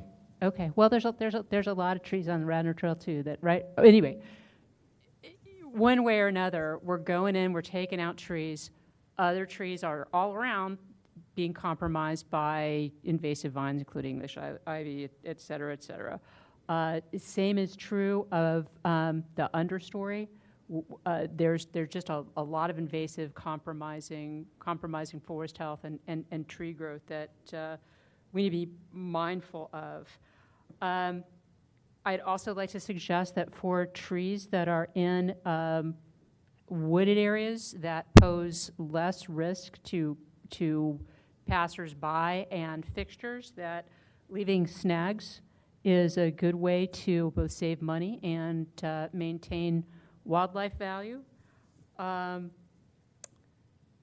that as we're considering how to go about reducing the risk to Radnor residents and visitors, that maybe additional risk assessment beyond the level 1 might actually be required.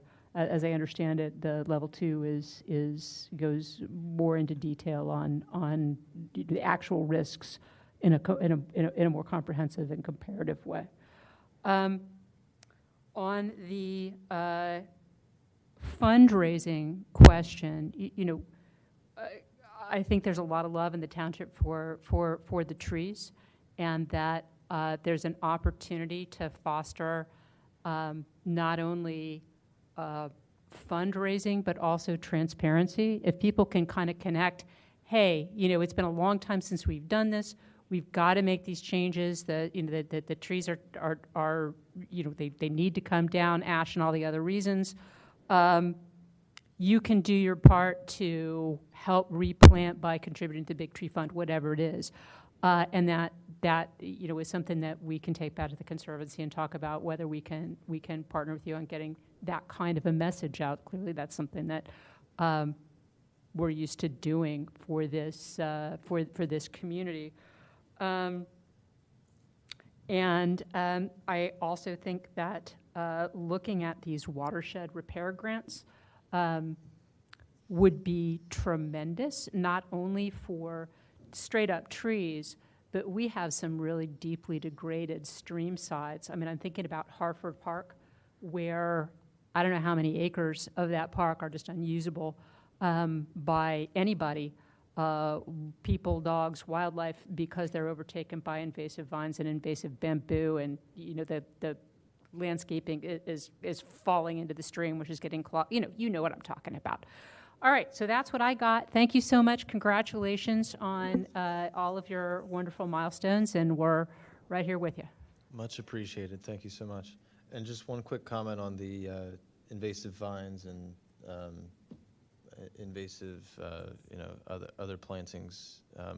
Our maintenance pilot from last year, very successful, and that was, the goal of those projects. So Warren Philippone, the Willows, a section on Hartford Trail, and what am I missing? There was a fourth one.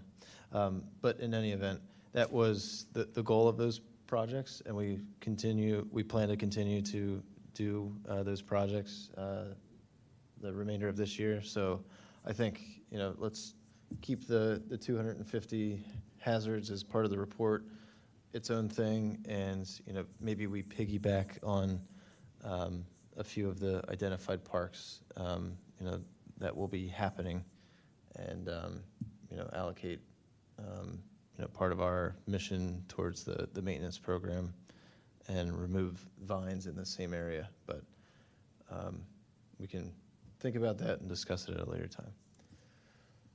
Okay. I have one update that I promise I'll spend no more than 10 minutes reviewing. I'm going to go up to the podium and connect to the screen, but I have a proposed shade tree ordinance amendment, and we'll chat about it here in a second.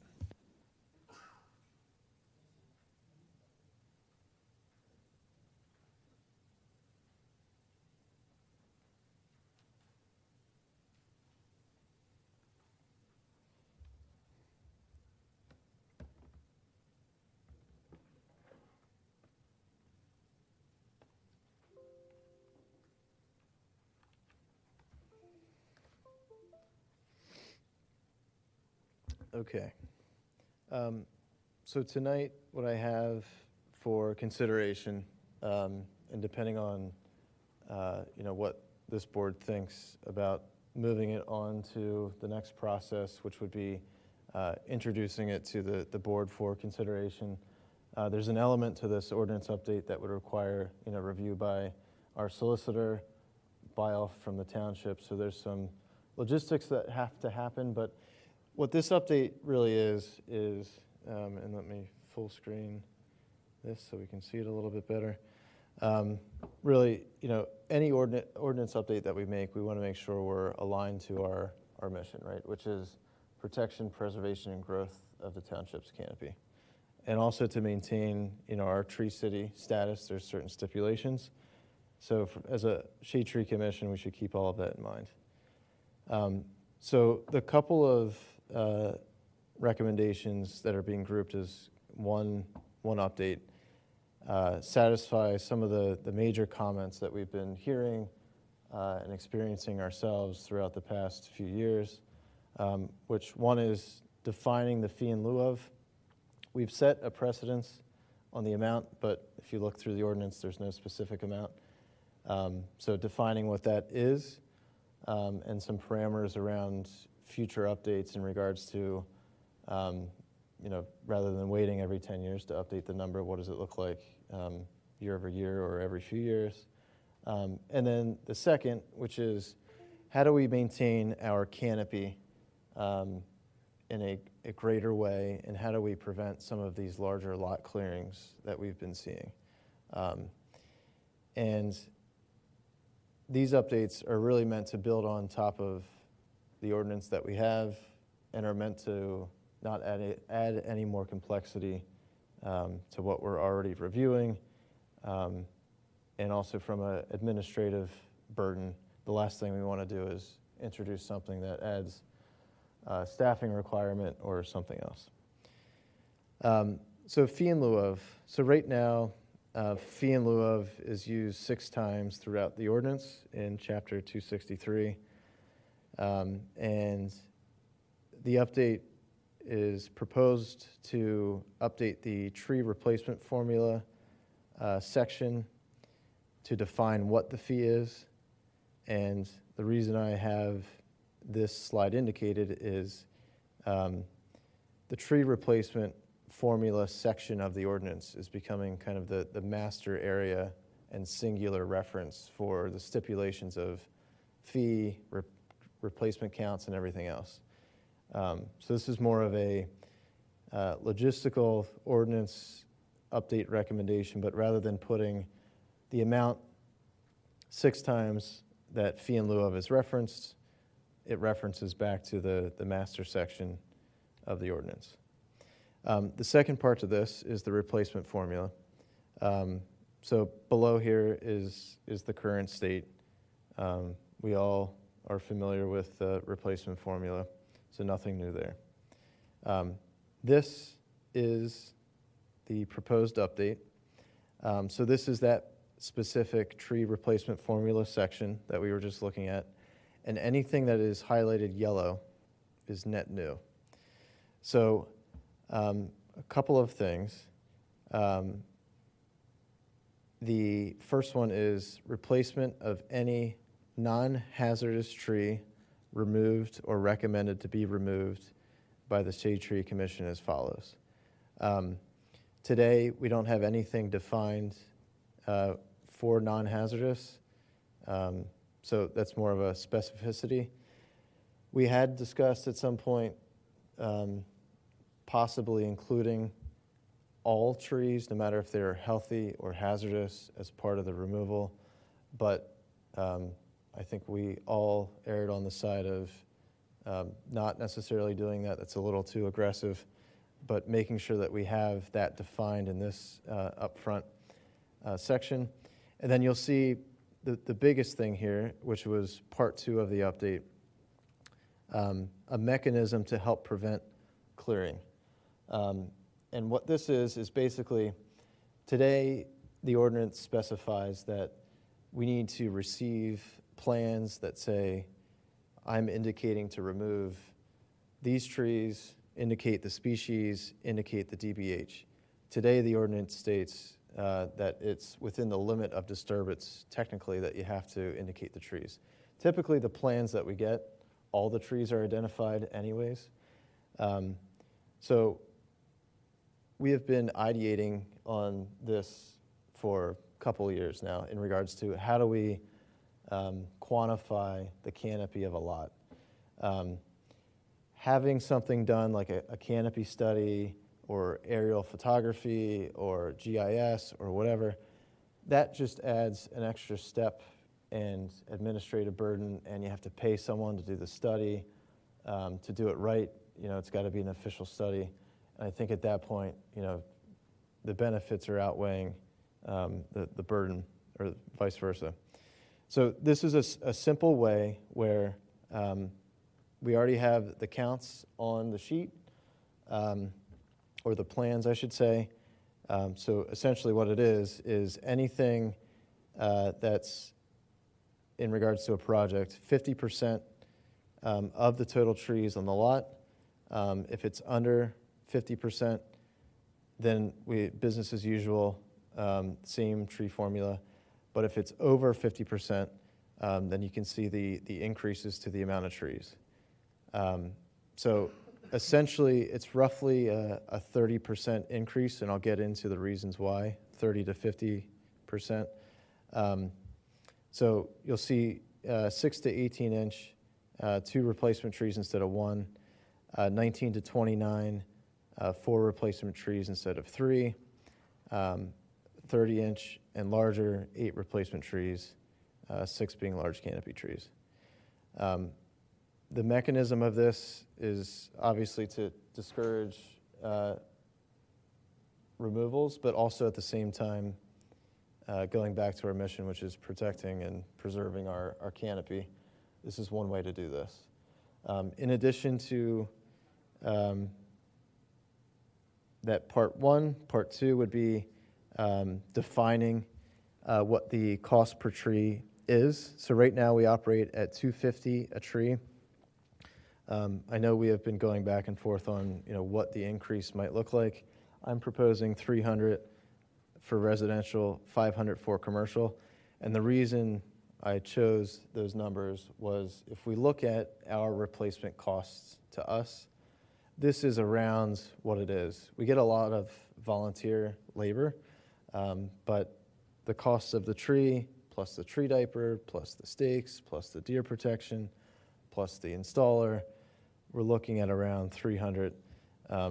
In commercially zoned districts, it's more because typically There's, if we do end up planting in commercially zoned districts, like what we did 5 years ago, Eileen Brett, our former chair, did an amazing job with going around soliciting and finding spots. There's more effort involved. Sometimes there's more cost involved with tree trenches, tree boxes. So that's why the costs are different. And 3 and 4 are highlighted simply because they got numerically pushed down. But that language remains the same.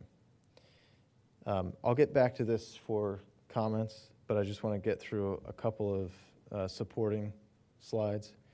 So this update would be to support this new update and help clarify and define some things in that update. So essentially in section 263-8, review of permit applications. So this is where we're just removing the language that says the size, species, and location of all shade trees and street trees with a DBH of 6 inches or greater, which are in the proposed area of disturbance. That gets stricken, and that essentially says, hey, we need all trees identified on the lot so we can do our calculation. And it gets replaced with this, along with a table showing 1, the total number of trees on the lot, 2, the total number of trees being removed, and 3, the total number of trees identified as hazardous. And this helps clear up a few things that we're always reviewing anyways, which is alongside the tree replacement formula, we have a supplemental table that would show total trees, trees being removed, and then the hazardous trees. And then that would obviously be used for the 50% threshold calculation. A few points of rationale behind this. So 1, these recommendations introduce minimal additional burden on the staff, review of plans, and build on top of what we have existing. Fee in lieu of the cost of tree replacements has risen, and newly defined amount covers this cost. Commercially zoned replacements costs are increased due to the complexity and increased costs associated with these zones. And then lastly, the replacement formula. So when we look at a couple of different factors outside of maintaining our canopy, one quantifiable kind of fact and studies that have been done has been the USDA Forest Service has done a lot of great studies, but the mortality rate of newly planted trees is around 30%. We've seen a lot lower of the new trees that we've planted, but when we evaluate these new projects where soil's being disturbed and where maybe a tree is planted and then it's later removed because they inevitably don't want it where it was or whatever, on average, the mortality rate is around 30%. The increased counts for the tree replacement formula for lot clearings of 50% total trees is to adjust for this mortality rate and maintain the canopy. So the purpose of all of these updates, is really to align to what we've been seeing across the township. I think the prior ordinance made sense when there wasn't a mass amount of development going on. This helps maintain what the intent of the original ordinance was doing. It's just getting us to current state and what we need. So I will flip back to this slide and happy to chat about any thoughts. Frank. Definition of a tree, would it be a certain caliper? Yeah, so whenever we receive plans, the only trees that need to be indicated on the plans are 6 inches or greater. Okay. Now, we've seen plans in the past where smaller things are indicated, so that'll have to be possibly clarified in this language, as part of, because today if we look at the language, it says the size, species, and location of all shade trees. I believe the definition of a shade tree includes DBH in the top of the ordinance under definitions, but we can clarify that part. Sure, right. Thank you. I want to make sure that I understand. Just the first sentence that you have up there, the way it reads is that the Shade Tree Commission is recommending the removal. Am I reading that differently? replacement of any non-hazardous tree removed or recommended to be removed by the Shade Tree Commission. Yeah, so that language is as it has stood, and basically the way that that's read is upon our approval of a reviewed plan, this is the formula that you need to follow. Because it reads as if the Shade Tree Commission recommends removing trees. Sure. I think when we're just focused in on this section of the ordinance, it does seem a little odd, but when this section is really meant to be referenced by other sections. So I think maybe we can look at clarifying that language. Yeah, I think so. Yeah. And I like that you added non-hazardous in there. Because I think what we see sometimes is folks just say, well, I don't want to replace the tree. I'd rather just Mm-hmm. be in lieu of, this healthy tree. I think that's good. And I just would ask what other folks think about. I like that you're separating it by the residential or commercial zone. Do you, I guess, applying the 50% equally across, does it make any sense to, in section A, also delineate between types of zoning, right? So maybe commercial would have a different percentage of total trees versus residential, that's all. And that can be discussed later. Sure. There is technically in the ordinance today, in a commercially zoned district, any tree above 6 inches needs to be reported. And that's in a further section. No, I'm saying the delineation of being below or above X Mhm. percent, instead of saying 50% applies to residential regardless of the zoning, Mm-hmm. do we want to rethink what that threshold is? Oh, Should it be different? the replacement fee? Well, Have up there. Instead of saying 50% of the total trees on the lot, Mhm. regardless of the type of lot. oh, I see. Just Does it to make just to sense clarify it. Think a little bit more, yeah. Yeah, I think we could add that. So if I'm understanding correctly, instead of saying clearings below 50% of the total trees on any zoned lot, is that what you're proposing? Instead of for A and B to apply equally regardless of type of lot is to say, the percent above or below, whatever we say, it's going to be 50% now. Mhm. Instead of saying that applies regardless of type is to say it's going to be X percent by type of lot, Oh, I see. So 50% for residential, for example. and then yes. maybe 30% for commercial. Just to Yeah, I hear you. be more Maybe, as for any, I'll call this somewhat significant change that we introduce, I would want to keep it as simple as possible to start, Sure. and then see how it kind of progresses. that we're But- considering, I guess, different Sure, view of that, sure, the types of applications that we get. sure, absolutely. Yep. Thank you. I think it was an excellent presentation. And I agree. Need a little bit more time. It's 8:35. I'm pretty Sure. done. But I think it looks pretty good there. The one thing that I think we should think about is the payment, the fee in lieu of.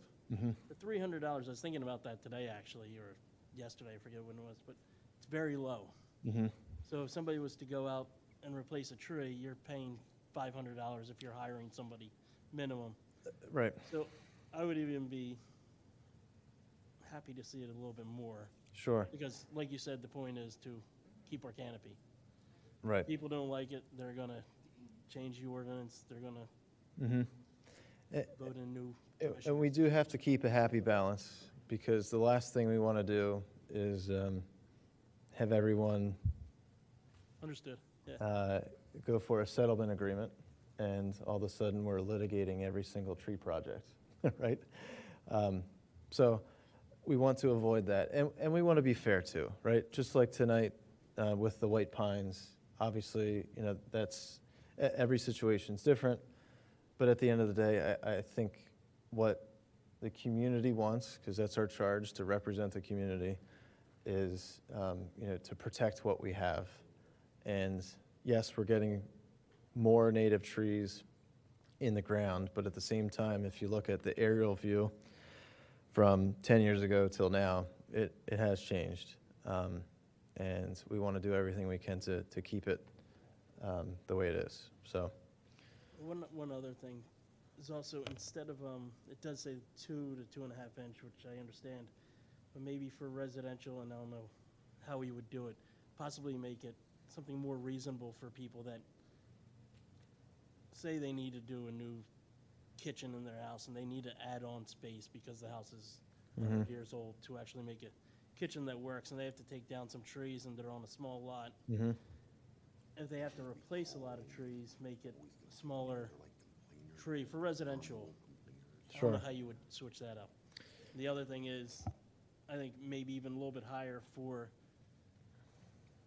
people doing land development or something that are clearing a lot just to, you know, a lot that's been wooded for 100 years and now it's getting cleared because somebody wants to Sure. make money, which is fine. yeah. But I think try to get some more trees through that process. Yeah, and I think I was trying to be cognizant of, imagine an empty lot that's full of trees. It's not in our best interest to stop someone from building a house, right? It's within their right. And when we look at that 50% number, if you were to just imagine, an acre lot, you only need roughly 20% of that lot, to build a house. But you got to imagine the driveway and some other things. So if you're going above 50%, you're really reshaping the canopy to the extent where we want to make sure it's replaced. And if you cannot fit the trees where the house was, we get that fee. And the reason why I chose that replacement cost was that's kind of been our average replacement cost. And I know that the market rate is higher, but at the same time, it's until our average increases, because we're the ones taking in this money, we're the ones planting. So you have to balance that too, right? I understand. Good point that you said that when this board goes to a new board, and if the great work that you guys have done with the bare root, Sure, yeah. the next board doesn't get it, then they go back to how it was 10 years ago, where they were. Just something to think about. Yeah, market rate. But I think agree. great job. Yeah. Looks great. Any other thoughts? Any comments from Township? I think it was an excellent job. The presentation, only thing I would ask is if you'd be willing to come to the BOC meeting to explain, because I may not be able to explain it the way you did. Oh, absolutely, yeah. And that's really, I'm looking tonight for a head nod to move this forward. So as long as we've got that, then I will do that. And again, I think the key points with all of this is we build on top of the ordinance we already have, and there's zero to no additional administrative burden with any of this. The one communication factor will be all of the developer engineers will have to now include a table next to the tree replacement formula table that just gives the count of trees, which should not be difficult at all. And it's kind of already there. In some plans, as we know, it's kind of varying as to the degree of what we get, but at least it'll be defined in the ordinance now to specifically include that. Cool. Well, thank you. I will move this forward, and Ricky, you and I can chat about when we want to present this. June 17th is the next BOC meeting, and I think we're within the window to get it on the agenda if we wanted to. But I don't know, because I don't know if it has to go past John Rice before we do any of that. Yeah, we can talk about it. I know the level of update, it all depends on who we need to consult first, but yeah, absolutely. Thank you. Yeah, I think last time it had to go past Bill White first, and then Yeah, the just solicitor. maybe not to do a full resolution, but just to do a sanity check on compliance and legality. So, sounds good. Thanks.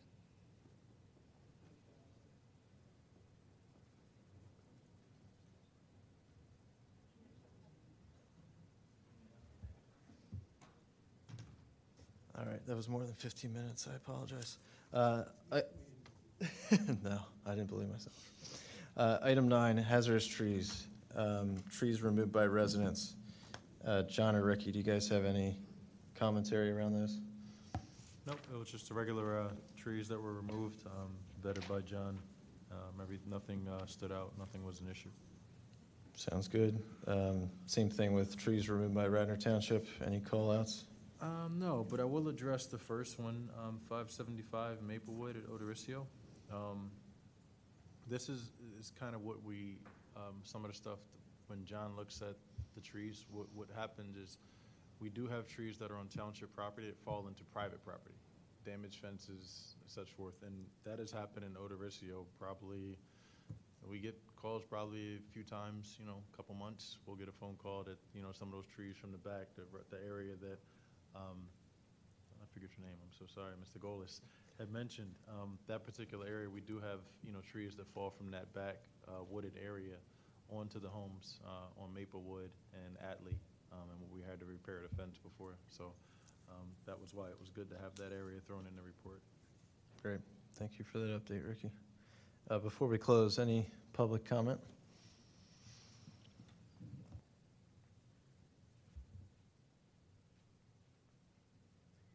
Marla Neeson, 230 Windermere Avenue, Wayne, Pennsylvania, also here representing Radnor Conservancy.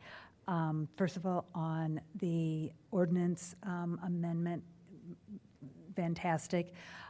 Couple of comments. First of all, I think the recommendation for having two different categories at or under 50 or greater, brilliant approach, and I think eminently fair. If you're going to, I would suggest, if you're going to be going to the effort of submitting a ordinance amendment, would strongly suggest also adding language around definitions, specifically how within the ordinance. There's a lot of, I'll call it confusing and conflicting language in the use of dead, hazardous, and emergency, because those are actually, if you go to the standards and ISA, et cetera, there are very specific definitions there, and there's very specific measurements. So it would really be, I think, exceedingly helpful to use this as an opportunity to buffer that.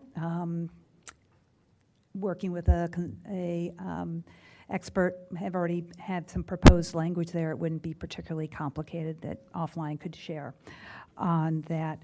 The other thing is just, I guess, a general comment when it comes to hazardous trees. The ordinance as it exists now actually doesn't provide an explicit exception for hazardous trees under the replacement schedule. That's just been the practice. Because the ordinance actually doesn't give that relief. And so that also poses a question, because right now people are incentivized to declare their trees, be they developers or private property, to declare them hazardous on that. So maybe, if not on this amendment, going forward, to see if there's a way to de-incentivize people from claiming things as hazardous. Thank you so much. Thank you. Appreciate it.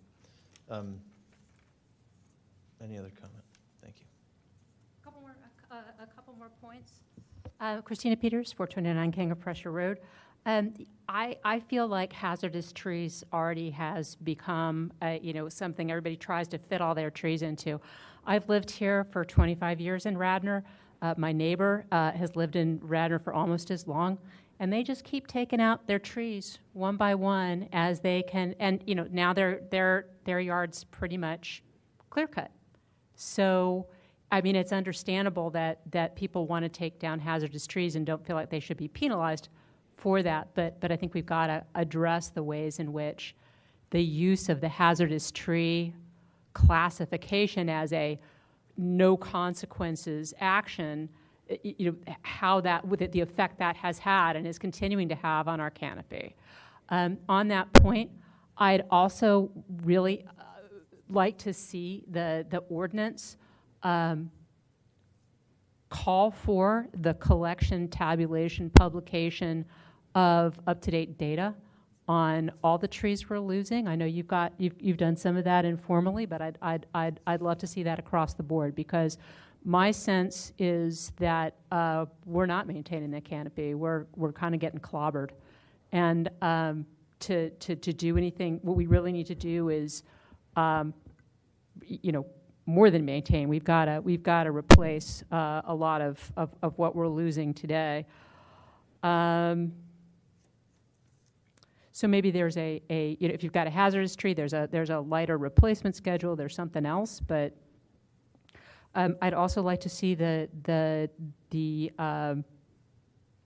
ordinance express a preference for native trees and an absolute prohibition on invasives. I see that our I see commercial projects in the township putting in barberry and other kinds of things that they have no business planning. I would like to see the ordinance have some follow-up requirements for not individual homeowners, but developers and larger landowners, because we've got a lot of properties that were developed years ago, and maybe they put in all the trees they were supposed to at the time, but now a lot of those trees are dead. They haven't been replaced, and their parking lots are just blazing seas of asphalt. I also think that I've heard some considerations in the discussion of how to address proposed tree removals that might benefit from more explicitness in the ordinance. Sometimes people come and say, and it comes up in the discussion, well, everybody on that street's already taken down all their trees. Well, should that play a role? Which way should that cut? I'm not quite sure. I'm not sure the ordinance tells us. I also think that we need to bear in mind that some of the stormwater issues that we're having in the township are impacted by tree removal at scale. The pooling water we heard about with the white pines, there were a lot of trees taken out of the back of the lot, a lot of big trees that were sucking up a lot of water. So, these things play together. Thank you for your consideration. Thank you. Appreciate it. Thank you. Any other comments before we close? All right. Meeting adjourned. Thank you all so much.